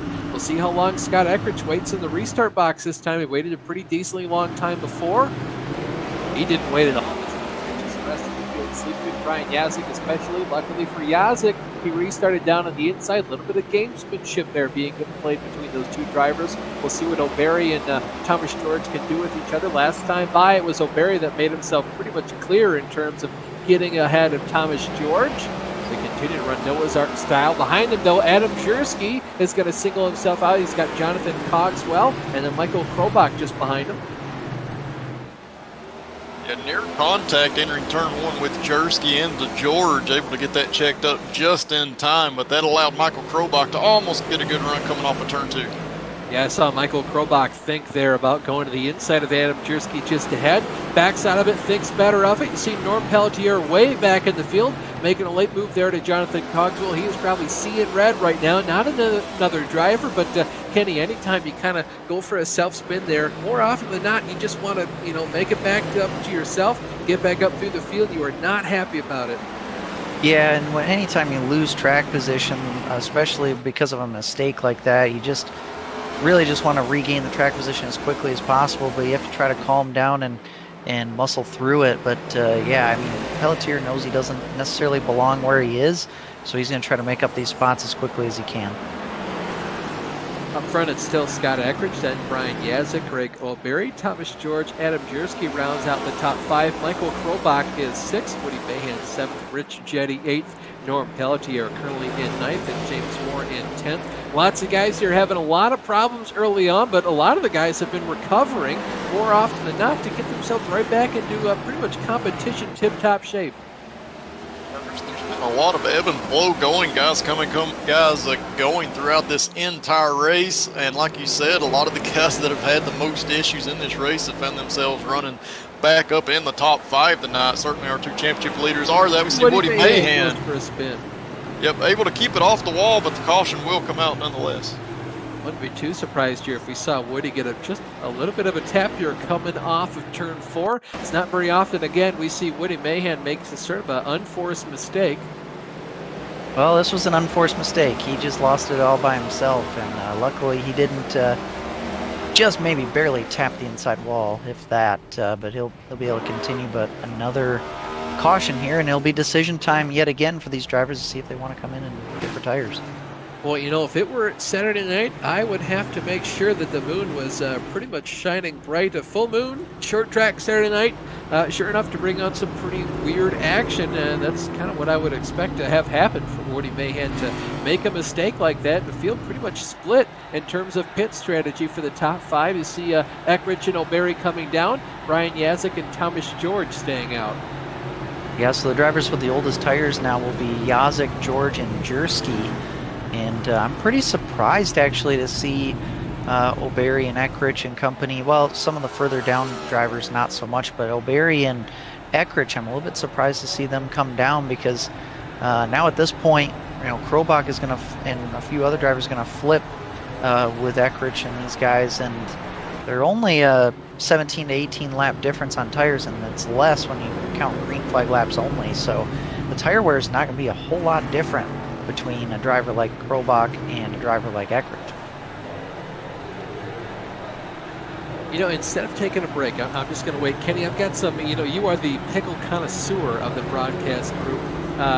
You like your pickles, you like them, you know, the crisp cut, sort of like crinkle. You like them lengthways for sandwiches. You like spears, you like halves. You know, what do you find yourself eating the most? Well, it depends on the application, you know. You go for, you want a side for like a sandwich or something, like Yaz's sandwich. I'm sure that they sell sandwiches with a spear on the side, you know, or a sandwich stuffer if you want to put it right in the sandwich itself. Hamburger chips, you know, for your, obviously your hamburgers. And they kind of lay it all out for you at the grocery store, you know. So, yeah, if I just, I'm in my recreational pickle eating frenzy, I'm gonna go for you know, a gherkin or a whole dill pickle. I'm more of a dill fan. I'm not a huge fan of the bread and butter, the sweet or the spicy pickles myself. Well, you got to go with the classic. I just want that old-fashioned pickle. It's, you know, don't like the bread and butter. Don't want the sweet. Maybe I could go for a spicy pickle. Those are pretty good. But hey, you know, speaking of pickles, you could go to your fridge. Why don't you get yourself something to drink this time? Maybe a Mountain Dew. Come back here in just a couple seconds after the commercial. We'll be going back green.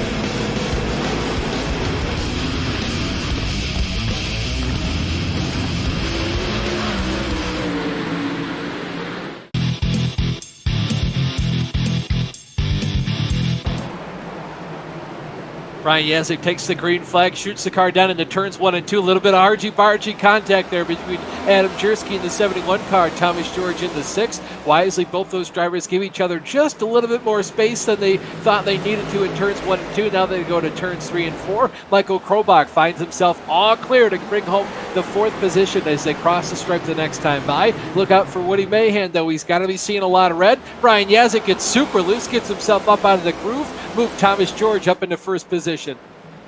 That's exactly what he didn't want to have happen. This will be the first time that Thomas George has led a lap here today, so that will equal them out on the bonus points so far, guys. See Michael Krobach now trying to make his way underneath the 55 car. Brian Yazik. Brian continues to bleed spots, bleeding points. Yeah, continuing to fall back. He's in that outside lane. He does not want to overdrive the car right now. We saw early on when he did that, actually getting loose, getting himself in a very bad position. Yeah, and if he continues to lose any more spots, he's going to be in the preferred lane, and he's going to have guys with a lot fresher tires down to his inside, so he's got to be really careful here to start tiptoeing, make sure he doesn't overheat those tires, right, JR? Yeah, absolutely. The more you overheat those tires, the angrier they're going to get, and the more unpredictable that car is going to be under throttle up off of these corners. So you do not want to get those tires hot early on. Norm Pelletier is one of the drivers to come down pit road the most recent time under caution. He finds himself just behind Scott Eckrich. I wouldn't be too surprised if when everything was sorted out, all said and done, we went ahead and talked to Norm before the end of this night. Norm continuing. He's had issues tonight, but he's continuing to have a really good run here and being aggressive. I like what I'm seeing out of him all night. Nice, like a tiger, breaks out those claws, has been clawing his way back up through the field. Brian Yazik continues to fight very harshly here with James Moore to his inside. Woody Mahan right now, he's licking his chops behind these guys. Yeah, Mahan coming back from that spin that was self-inflicted. We talked about it earlier, guys. A lot of guys seeing red for whatever reason. Some of these guys, once they start seeing red, they will start to kind of self-destruct and start to have issues. But then there's other guys that actually run better when they start to see red and get more aggressive with it, become more assistant on their lap times. So Woody Mahan definitely moving forward after that. So up front, it's still the number 6 car of Thomas George. He leads at the points. He leads on the racetrack. Looking to pad that point total. Brian Yazik shoots the car down to the inside here at James Moore. He doesn't want to continue to fall back any more places. He wants to start fighting back now. He's seeing the same color of his car. He's seeing red. You see Scott Eckrich just behind there looking at the inside of Woody Mahan. Doesn't decide to make a move just yet. Looks like he's going to get to his inside though off of turn 4. Yeah, and I will say the one thing that we've seen out of Yazik so far during this race is that he's not been great on the short runs. Even on old tires, when the tires are cold, he's not been that great on that short run. Once we get laps in, 20, 30 laps in, he really has a lot of pace. So it may take him a few laps to get going. We actually see James Moore going around up off of turn 4 and Cogswell getting into the wall. Yeah, Cogswell's going to block up the entire field. So they went down into turns 3 and 4. It looked like a couple cars had to check up just a little bit early. I feel like it was Brian Yazik checked up just a touch early. Scott Eckrich, to avoid running into the back of him, had to go high. So he was going to lose a place here to Woody Mahan. And this is where it all goes sideways, literally, for James Moore coming off the corner. You see Jonathan Cogswell does almost the exact same thing we saw Brady Cure do earlier tonight. And he is disconnected from the server as well, so Cogswell's out. Moore still staying in the session. And a bunch of leaders coming into pit there. Yeah, just overcorrection there for Cogswell. Pretty heavy contact to the outside wall, and his night is done. Yeah, lots of cars now coming back down pit road. You got Thomas George, Adam Jersky. I think Michael Krobach stayed up with Brian Yazik, Scott Eckrich, Mike Rasmus come down pit road. You can see the wreck continues to play itself out there on your screen in the replay. So out on track, it's going to be Krobach, Mahan, and O'Berry. We're going to take a quick break here and go to commercial. Why don't you go to the fridge? Maybe come back with, Halloween was yesterday. Don't go to the fridge. Go to the candy jar. This is your chance to get behind the wheel. The opportunity to race just like the pros. From the grassroots levels, where we all got our start, to the most popular race cars on the planet. From the fairgrounds of Nashville to the high banks of Daytona, to tracks that will never be forgotten.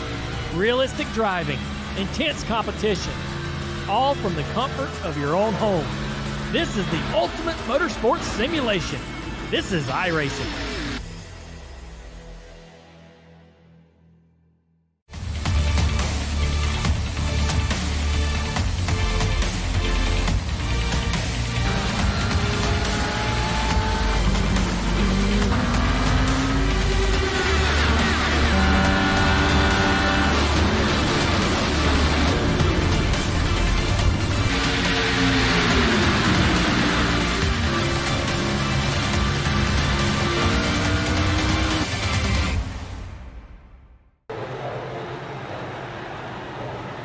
Welcome back to the Joy of Driving Martinsville 250. You're here just joining us as we cross the stripe here to complete lap 207 and start 208 out of 250. If you're wondering what the sponsor for tonight's race is, it is no other than the Joy of Driving. You can follow Mark Cohen if you're looking for some entertaining sim racing comment. Go ahead, look him up on YouTube, The Joy of Driving. You can follow him on Facebook. His Facebook page is facebook.com/The Joy of Driving channel. Follow along. Seriously, highly recommend you go check him out if you want to follow Mark as he tries to battle for wins. He avoids wrecks, and he's got cat-like reflexes to help with both those. And his commentary is more often than not pretty hilarious. So if you want to laugh, cry, or both, go ahead and follow him. You can look him up, Joy of Driving channel on YouTube, facebook.com/The Joy of Driving channel. Everyone's starting to get back to Noah's Ark style, doubling themselves up 2 by 2 behind the iRacing pace car. It's got his lights off. He's going to make the hard left turn down pit road, give command over the field. Back over to Michael Krobach. He's got the pretty much the oldest tires out of anyone out there on the track. You see that 6 car back there in the 5th position. He just came back down pit road to get some 4 fresh feel good. So we're going to see just how fast he can ascend up through the field. Michael Krobach with a huge jump here over the rest of the field. We're going to see what Greg O'Berry can do here to the inside of Woody Mahan. We'll see who wins this battle coming off of turn 2. Looks like momentum's going to shift to O'Berry. He's going to find himself clear. We'll see if Woody Mahan decides to slot himself down. He's not going to choose to. You see Thomas George barely get to the inside.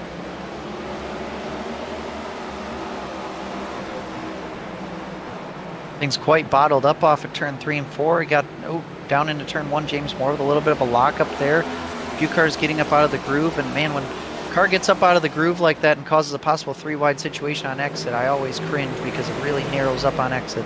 Yeah, 3 wide on exit, even in the center of the corner. You saw Norm Pelletier. He lost about 2 or 3 spots in one corner alone. That's going to move him all the way back to the 9th spot. You see Scott Eckridge here up further in the field. He's on the outside of Adam Jersky. A lot of these guys with fresher tires battling in amongst each other because all these guys kind of, Kenny, I feel like they know that's the last time they're going to come down pit road. Look out, James Moore goes around. Oh, and all the other drivers barely squeak by on the outside, so again, no more contact between Moore, but again, another situation of a driver losing it off turn 4, and for whatever reason, turn 4 has been calamity corner. Even when the drivers are missing the curb, they're still spinning out on the exit, and drivers becoming more and more aggressive on throttle as we get later and later in this race. You see all the drivers just barely squeak by on the outside. Well, yeah, I mean, pay windows open. This is do or die time. You want to get every spot you can because, you know, the more cars you can pass on the same tire strategy as you, the more cars you pretty much guarantee you're not lining up behind him. Another caution comes out, and you'll be the first guy with new tires to pass all these guys on their old stuff, and it's going to be a lot easier to make up these positions as the night goes on. And I'm surprised, actually, to see Woody Mahan come down pit road here, pitting from the 3rd position. He's going to give up that track position. Also, Pelletier, Rasmus, Jetty, and Wilco coming down. A lot of those drivers have been pitting pretty much every caution. But Mahan coming in, a little bit surprising. You know, I'm surprised he did that, but at the same time, Kenny, if we continue to have all these cautions, you know, where we bunch the field back up, you're going to see these guys with fresher tires continue to have the freshest stuff on the block. They're going to continue to march themselves up through the field. And as they do that, these guys with old tires, they're pretty much sitting ducks. So, you know, I like this move from Mahan. Usually, you know, when you make your bed, you lay in it. But I feel like he's chosen to just get out of bed, remake it, and slap back in wherever he may be. I'm not really against this decision here by the 84 car. Well, I mean, the 2 drivers that are really the potential sitting ducks here are Krobach and O'Berry. They have the really oldest tires, and then from Thomas George back through James Moore, they all pitted on lap 205, and then everybody beyond that just now pitted on lap 214, and that's only about a 11 lap or 9 lap difference, less than that when you count only green flag laps. So the difference between the driver in 4th and the driver in, say, 10th as far as tires is really not that much. It's the 2 leaders that are really kind of dictating the strategy here. And to be fair, I feel like Woody has probably done the math in his head to say, do I want to finish in 8th place or do I want to finish in 6th by virtue of passing those 2 guys up in front if, you know, they do get kind of freight trained. We've seen it more often than not. If the guy on old tires up front gets freight trained, he's maybe put on the outside or down to the inside, and all these guys on fresh tires, it is super easy for them to make that position. I'm sure he wanted it, no part of it.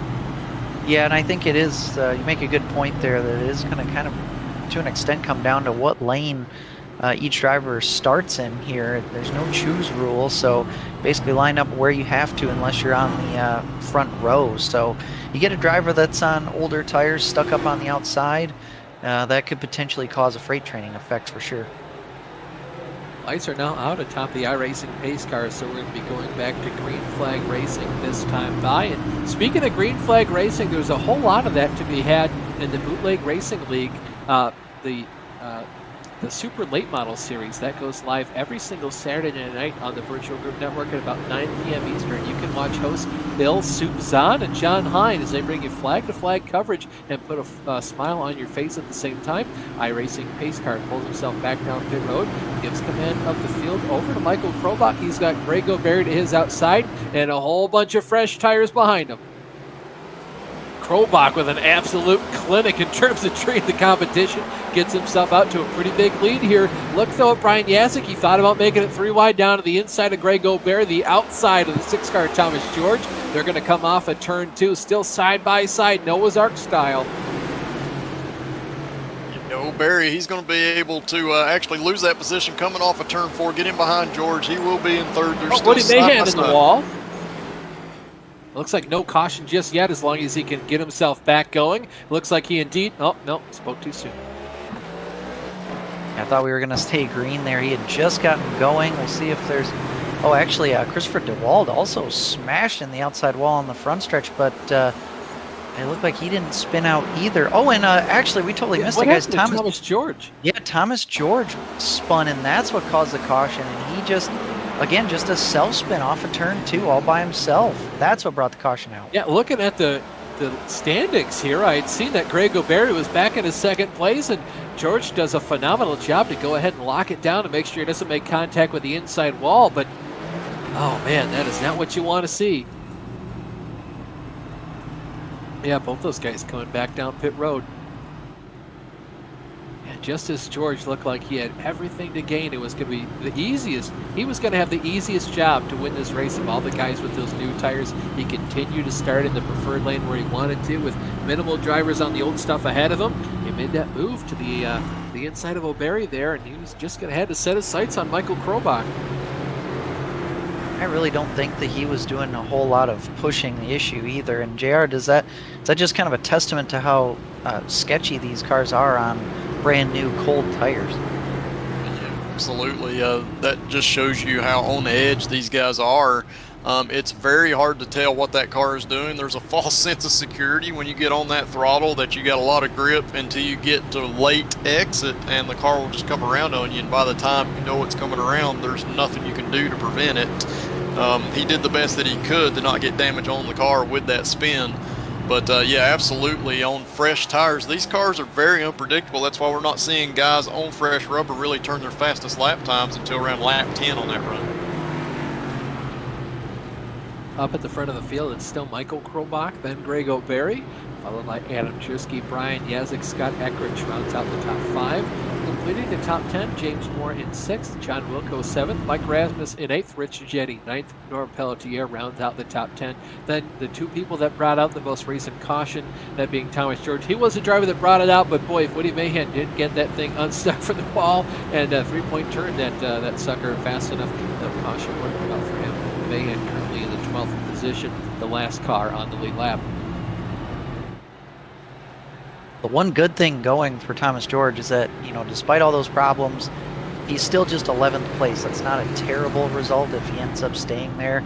I mean, heck, even if he doesn't finish this race, if he pulled into the pits right now, he'd still get about 13th or 14th place, 13th place. So, I mean, still not a terrible result just from making it this far. Yeah, and honestly, all he continues to need to do is just kind of stay within arm's reach there of Brian Yazik to make sure he isn't outscored by too many points before the end of this thing. And of course, these guys still do have the advantage of a drop week. Currently, those are being counted, but of course, there's 2 of those for the first 10 or 11 weeks here. So these guys do have the advantage to potentially drop 1 more week as soon as tonight is over. And if this is one of your weeks you get dropped, you know, it is what it is. You take that and you move on to Phoenix. iRacing pace car pulls back down pit road. Michael Krobach resumes command of the field. We'll see what the driver of the 72 can do here with his old tires. Lots of new stuff just behind him. Leads the field into the Geico restart zone. Puts his foot on the go pedal, gets away pretty clear. Again, a phenomenal start for him. Now you've got Adam Jersky down to the inside of Greg O'Berry. Scott Eckrich down to the inside of Brian Yazik as they come off at turn 2. Advantage goes to O'Berry for right now. Adam Jersky still to his inside, shoots the car down there. Looks like O'Berry might be able to get himself clear as they go down the front stretch. No, they're dead even as they cross the stripe. Yeah, Brian Yazik, he's charging hard on that outside, too hard. He goes way up the corner.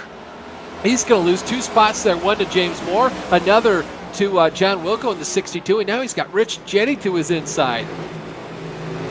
Yeah, with that, he's almost all the way back to the guy he's trying to race for the championship, Thomas George, who just had his issue with that spin. Up at the front of the field, Adam Jersky has made his way around Greg O'Berry. Greg's getting roughed up here by Scott Eckrich. And a couple laps ago, we saw contact on the outside wall out of turn 4 between Rasmus and Pelletier. Both of them slammed the outside wall, both continuing still at speed, but these drivers really getting physical here. Scott Eckrich gets a huge run off for turn 2, barely puts his nose to the back of the 97 car of Greg O'Berry. Nothing going to come of it, nothing doing for right now. Oh, he gets a little bit loose there coming off the corner. He's going to get to the inside there as Scott Eckrich. But he's going to lose it before he gets back down into the next corner. Eckrich definitely pushing hard. He knows we just got 20 laps to go here. He wants to get back to that lead. Yeah, Scott wants to put another feather in his cap before this season is done. Even though he's out of it for a championship, he wants to win as many races as possible. He's trophy hunting, Kenny. Yeah, he sure is. And there's some other drivers up towards the front trophy hunting at this point. How about the runs from Jersky tonight and Greg O'Berry, who's been really fast all night long? James Moore has had his fair share of problems, but he's managed to be in the top 5. And then how about John Wilco, the pretty paint scheme guy? He's in the top 10. Yeah, fantastic run here from John as the night continues to go forward. Brian Yazik has made his way all the way up to the 6th position. Just behind him is Thomas George in the 6th car. So our 2 championship competitors continue to run pretty much heel and toe for right now. Yeah, they've pretty much been beside each other for the second half of this season. Hard to get away from one another. Being very consistent, both of them. Tonight, they're not having the runs that they really wanted, but they're still running together on the track. Yeah, very hard to separate these two from one another as the race and the season in general continues to move forward.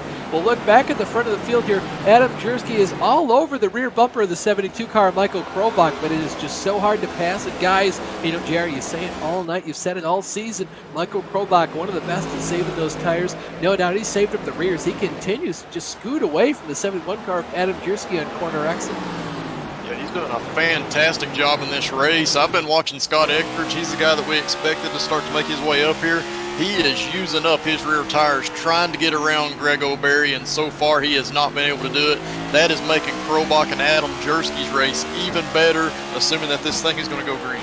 Yeah, if it continues to go green, even if Scott does get up to these guys, his rear axle is going to be so used up, he'll be sliding all over around the track. But this race currently isn't even over for these 2 guys up front. Adam Jersky is still hungry. He wants to win this season. He's so much better getting into the corner than Michael Krobach, but Krobach is doing a fantastic job getting a good exit, making sure that he's not spinning those tires and he's coming off the corner as straight as possible. You see how much lower he is than Adam right there. If he can just get away from Adam, he can prevent that possible late bump and run. Yeah, Adam's really... Oh, you see Scott Eckrich now gets to the inside of Greg O'Berry. Oh, he turns him! Oh, he turned him! Still green, though. Oh, and the right front's broken on Eckrich's car. He slams the outside wall again. That is going to be terminal damage for the 70 car. Will be no caution here, but that'll be night over for the 70 machine. Oh, man, that is a heartbreak there for Scott Eckrich. I don't know if he cleared himself or maybe Greg got a little bit... Whoa, there's more contact coming off of turn 4. You see Mike Rasmus in the wall. I think Brian Yazik might have got a little bit sideways as well. Business has definitely picked up. We're in the closing laps here, almost 10 to go. Guys are going after it as hard as they can right now, and a lot of mistakes are being made.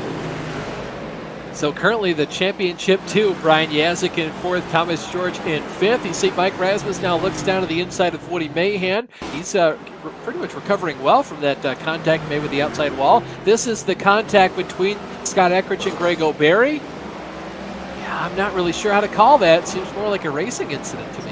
Well, I mean, like, Eckrich wasn't clear for sure, but at the same time, O'Berry was not giving him room off of the exit of the corner. So I think that Eckrich was just figuring he was going to get more room on the exit, and he just didn't get it. Yeah, this is very slow motion coming up off the corner. And, you know, odds are I feel like they would have left each other enough room, but as soon as I make just a little bit of that net code contact there, it just throws Eckridge's car to the right. At this point, after he makes contact with the outside wall, his right front suspension is just gone. This medal on your screen, this is for the 7th position. This is Wilco, Pelletier, Rasmus. Really strong run here for John Wilco in the 62 car. Yeah, definitely Wilco continuing to have a good race. He's been around that top 10 for the majority of it, at least the second half of this race. And yeah, definitely continuing to give that car a good ride. Being in 9th place there, we see Pelletier. He is back up into 7th, having a great run. And it gets a little bit loose up off of turn 4. It's going to allow Rasmus to make the move.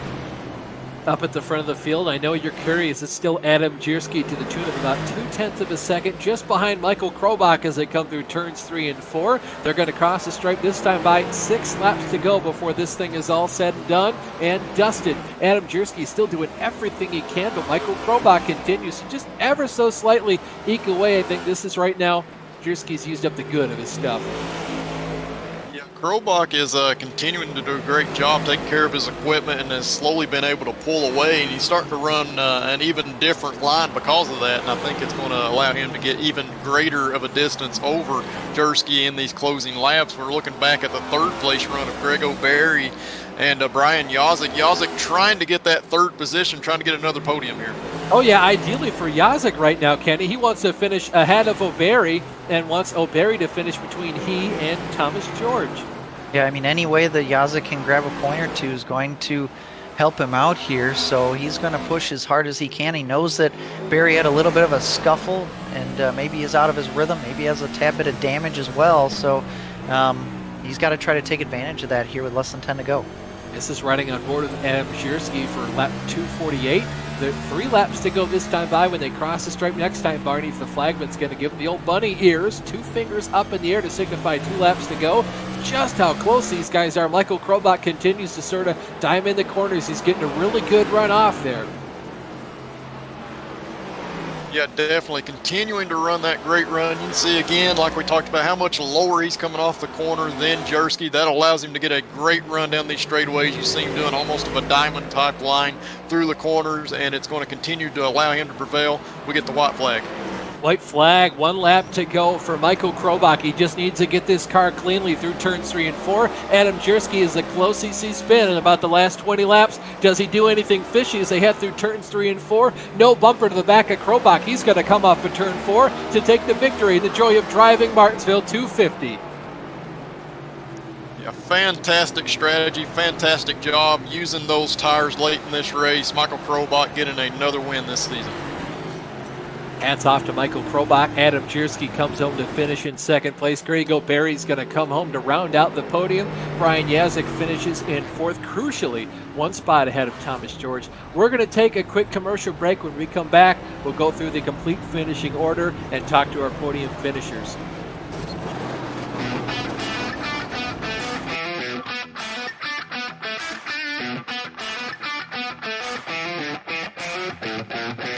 J.R. Shepard dives down to the inside, trying to see if he's able to get a little bit of that tack that Brandon Proudfoot has been getting up at the front of the field. 10 laps to go here at Port Royal. Yeah, definitely not making a huge ground here on Brian. Brian's able to maintain that gap. It's Justin Morton back into 2nd with J.R. Shepard somehow taking over the lead. I have no idea. These guys, you see Scott kind of using up all that momentum. Got to enter the corner wide. I expected him to kind of cut back low. See lap car down on the inside. George overshoots the corner. Scott puts that car just where he needs to on the middle. It's going to be a drag race through the kick. Thomas George gets loose. Scott Eckrich has the opportunity to come home with a win right now. Side-by-side drag race. Oh, wow. Scott Eckridge, 5/1000ths of a second.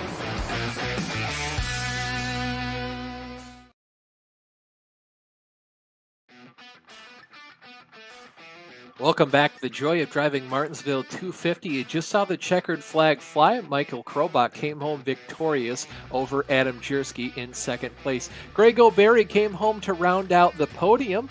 Brian Yazik and Thomas George once again finished right next to each other by the end of these races. And once again, Brian Yazik gains another point of an advantage over Thomas George in the point. So those two continue to get closer and closer. Mike Rasmus comes home just one spot short of the top 5 in 6th position.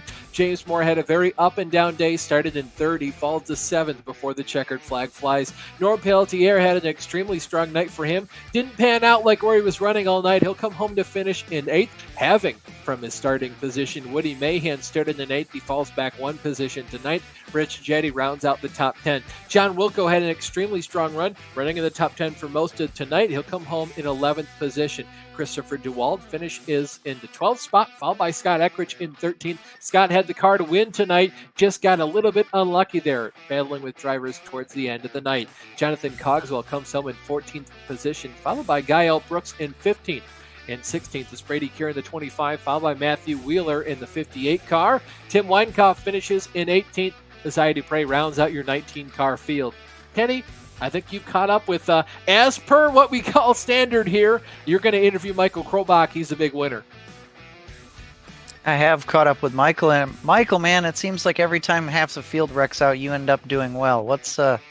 How was it out there just trying to survive this place? Kenny, I think we spanked them a little bit, but I don't know. This is not my best track at all, and we didn't get in our 665 miles of practice. We only ran two A Open races. The first one was 15 cautions and got no long run pace in there. And I learned that the tires, didn't really matter a whole lot. So that's when I tried to get off sequence there that first run. I also wanted to stay out to lead lap 69, #nice. But I don't know. I felt like I got off sequence there. I didn't know that would work out. But when Thomas and Adam pitted at the end, I kind of recalled back to their strategy at Martinsville in the spring when they last stopped with about 80 to go, and so I kind of timed my pit stop around then. We got a caution, it worked out, and then Adam and the boys there and Steelhorse pitted with about 40 to go, and I think it was going to be a struggle to get that track position back. But I don't know if y'all caught this on the broadcast, but that time when I stayed out there to get that track position and then drop like a rock back to around 8th or so, I was like 5 laps away from running out of fuel and having to pit under green. When Rasmus there pitted to try to undercut me and that caution came out, I was literally about to pit the next lap. So I think if I did that and fell like 3 laps down, my race would have been over, but that caution there helped us out. Well, yeah, we did kind of note under that decently long green flag run that you guys were going to have to pit much earlier than the rest of the field. And I was going to ask you, too, about, when you had that run and you dropped through the field, were you confident that you could get that track position back? Because, with all the cautions and how unpredictable the strategy had been, you could flip-flop through the pit lane, but on the track, the passing was pretty difficult. Yeah, absolutely not. No confidence to get that back. I mean, the strategy just kind of worked out and fell in our cards with the timing of the cautions and stuff. I definitely didn't have the best car tonight. I think Scott did, especially long run pace. I kind of knew what I did wrong there that first run, so kind of learning from that. I was carrying way too much center speed and then kind of buzzing the tires on corner exit, and that's when the rear grip started to go away there after that run. So my last run, when I was staying out there with 80 to go, I figured, okay, I got to save a little bit of tire. Maybe that'll help me on the long run over Thomas and Adam. They're also really good at saving tire. So I just kind of tried to run a pace and then just run a pace at the end to kind of hold track position. And I, again, shut off my relative box, tried not to look at the mirror. But seeing a big old slice of cheesecake in my mirror there for the last, 50 or so laps was making me hungry and also was making me on the verge of wrecking. So, I just tried to ignore that, focus forward. A couple moments there I got pretty loose, and I thought maybe I would have given the race away. I gave away an A Open race this week. I just blew turn 1, so I was determined to not let that happen again. But worked out, and victory lane again on one of my worst tracks. So I'm happy to win on a short track. I don't know if we've ever won at Martinsville in being on this service in 12, 13 years. Well, it's a hard place to win at. I mean, a lot of it is just the fact of just trying to be there at the end, which you were. But real quick, before we before you thank all your sponsors and friends, talk about what it's like here at Martinsville when you do decide to flip the strategy like you did, and you have to pull the trigger on deciding, you know what, I'm going to give up all my track position. I'm going to go to the back of the field essentially and trust that I can get back up there, because it's a tough decision to make when you have all those cautions. Drivers are pitting every which way, and nobody's pitting really at the same time, and you're forced to kind of be back around in the circus there for many laps until you can get back to the front. Yeah, fortunately it wasn't too chaotic where I was, but cautions breed cautions, and I just really didn't want to get caught up in anything and get any damage. I knew I had to get off sequence from Scott, because if I was going to run the same strategy as Scott, there was no way I was going to win regardless. So just try to do something different, hope for the best. Facebook reminded me a couple days ago, I had a Martinsville race a couple years ago in a different league, and I missed like 14 cautions. I put together a compilation video of missing wrecks, so I knew if we had to dodge them, we could dodge them.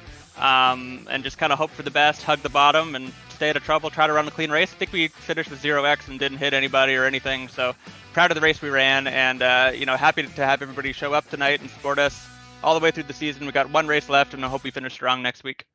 Yeah, you've really carried the momentum pretty well here in this final season of 2022. Who would you like to thank for another victory tonight? I got to thank you all, guys in the broadcast up there. You put on a heck of a show. I love watching these back. I show these to my colleagues at work, and they get a kick out of it too. So Virtual Grip Network, hats off to you guys. You do a great job. MC Squared Editing Services, Elite Performance Industries for all those setup notes, just learning how to drive tracks. I feel like I'm, just starting from scratch again and trying to get better, and I think we're gaining on it a little bit there. PGRL, Loud Pedal Motorsports, Sim Racing Apps, HPP Simulation, Graphics Designs, Carolina Sim Shop, Thumbs Up Cancer Down, Mayhem Speed Laboratories, Clipping That Apex, and our race sponsor tonight, the Joy of Driving, as well as Fleximation Systems and host Venom. If I missed anybody, apologies. Shout out to Alana, my partner. I think she's watching as well. So thanks for a great night, guys. Great run tonight, Michael, and we will see you in the finale next week. Thanks, Getty. That was Michael Krobach, our winner tonight. And I believe J.R. Shepard is caught up with our second placed finisher, Adam Jersky. Indeed, I have, Kenny. Adam, congratulations, man, on that second place run, best run of your season here in season 3.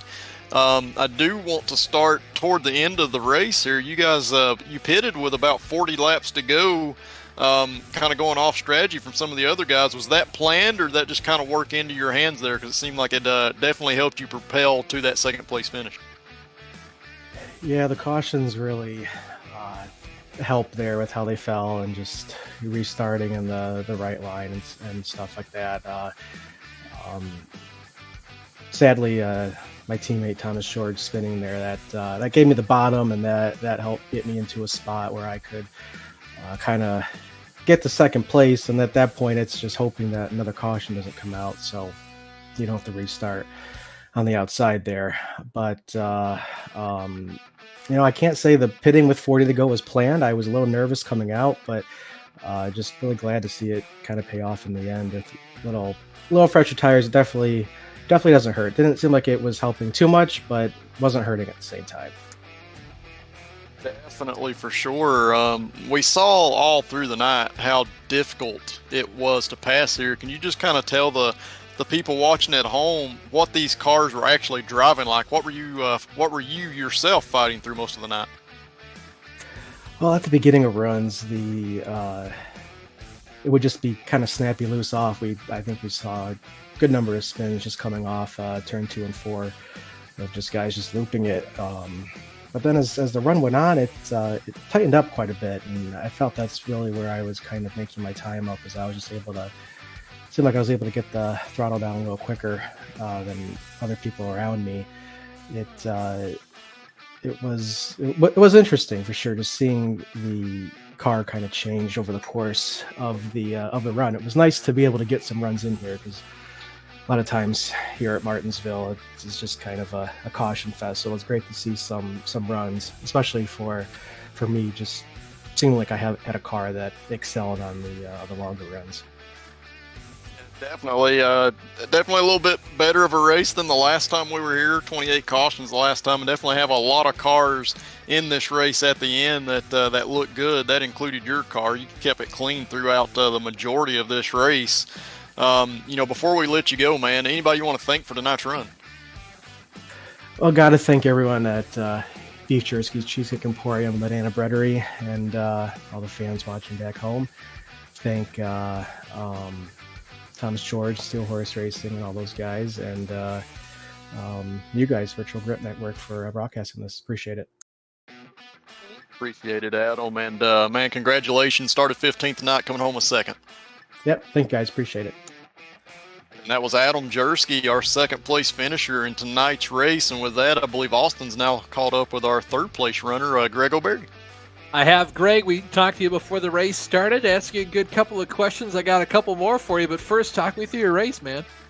Man, what a race. That was a lot of fun. But the first thing I got to start off with, I got to apologize to Scott for that contact there at the end. I don't know that it was completely on me. I certainly wasn't trying to cut him any slack and trying to run him pretty hard there, trying to fight for third place. And it led to some contact, so I apologize to him. I hate it messed his race up, but I had a blast racing these guys up at the front tonight. For once, able to finally finish up at the front with the fastest cars we had tonight. Well, that takes rid of one of my questions. You went ahead and already talked about the contact there with Scott and the coming down at the end of the race there. But, were you guys shifting a whole lot? Were you battling most with the cars? They looked pretty ill-handling, especially coming up off the corner.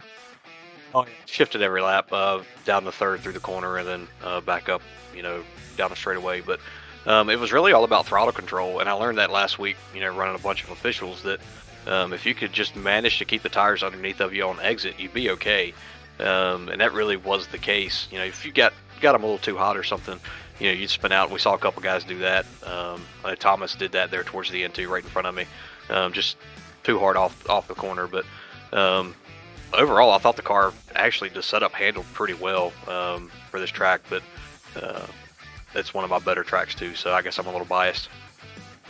Well, taking all this knowledge that you learned last week in the official races, this week in this race, you bring that on to Phoenix. Phoenix is not a short track in and of itself. I guess you could call it that, being under a mile, but it's certainly flat. You kind of drive it closer to a short track. Can you take the momentum from tonight on into next week for the finale?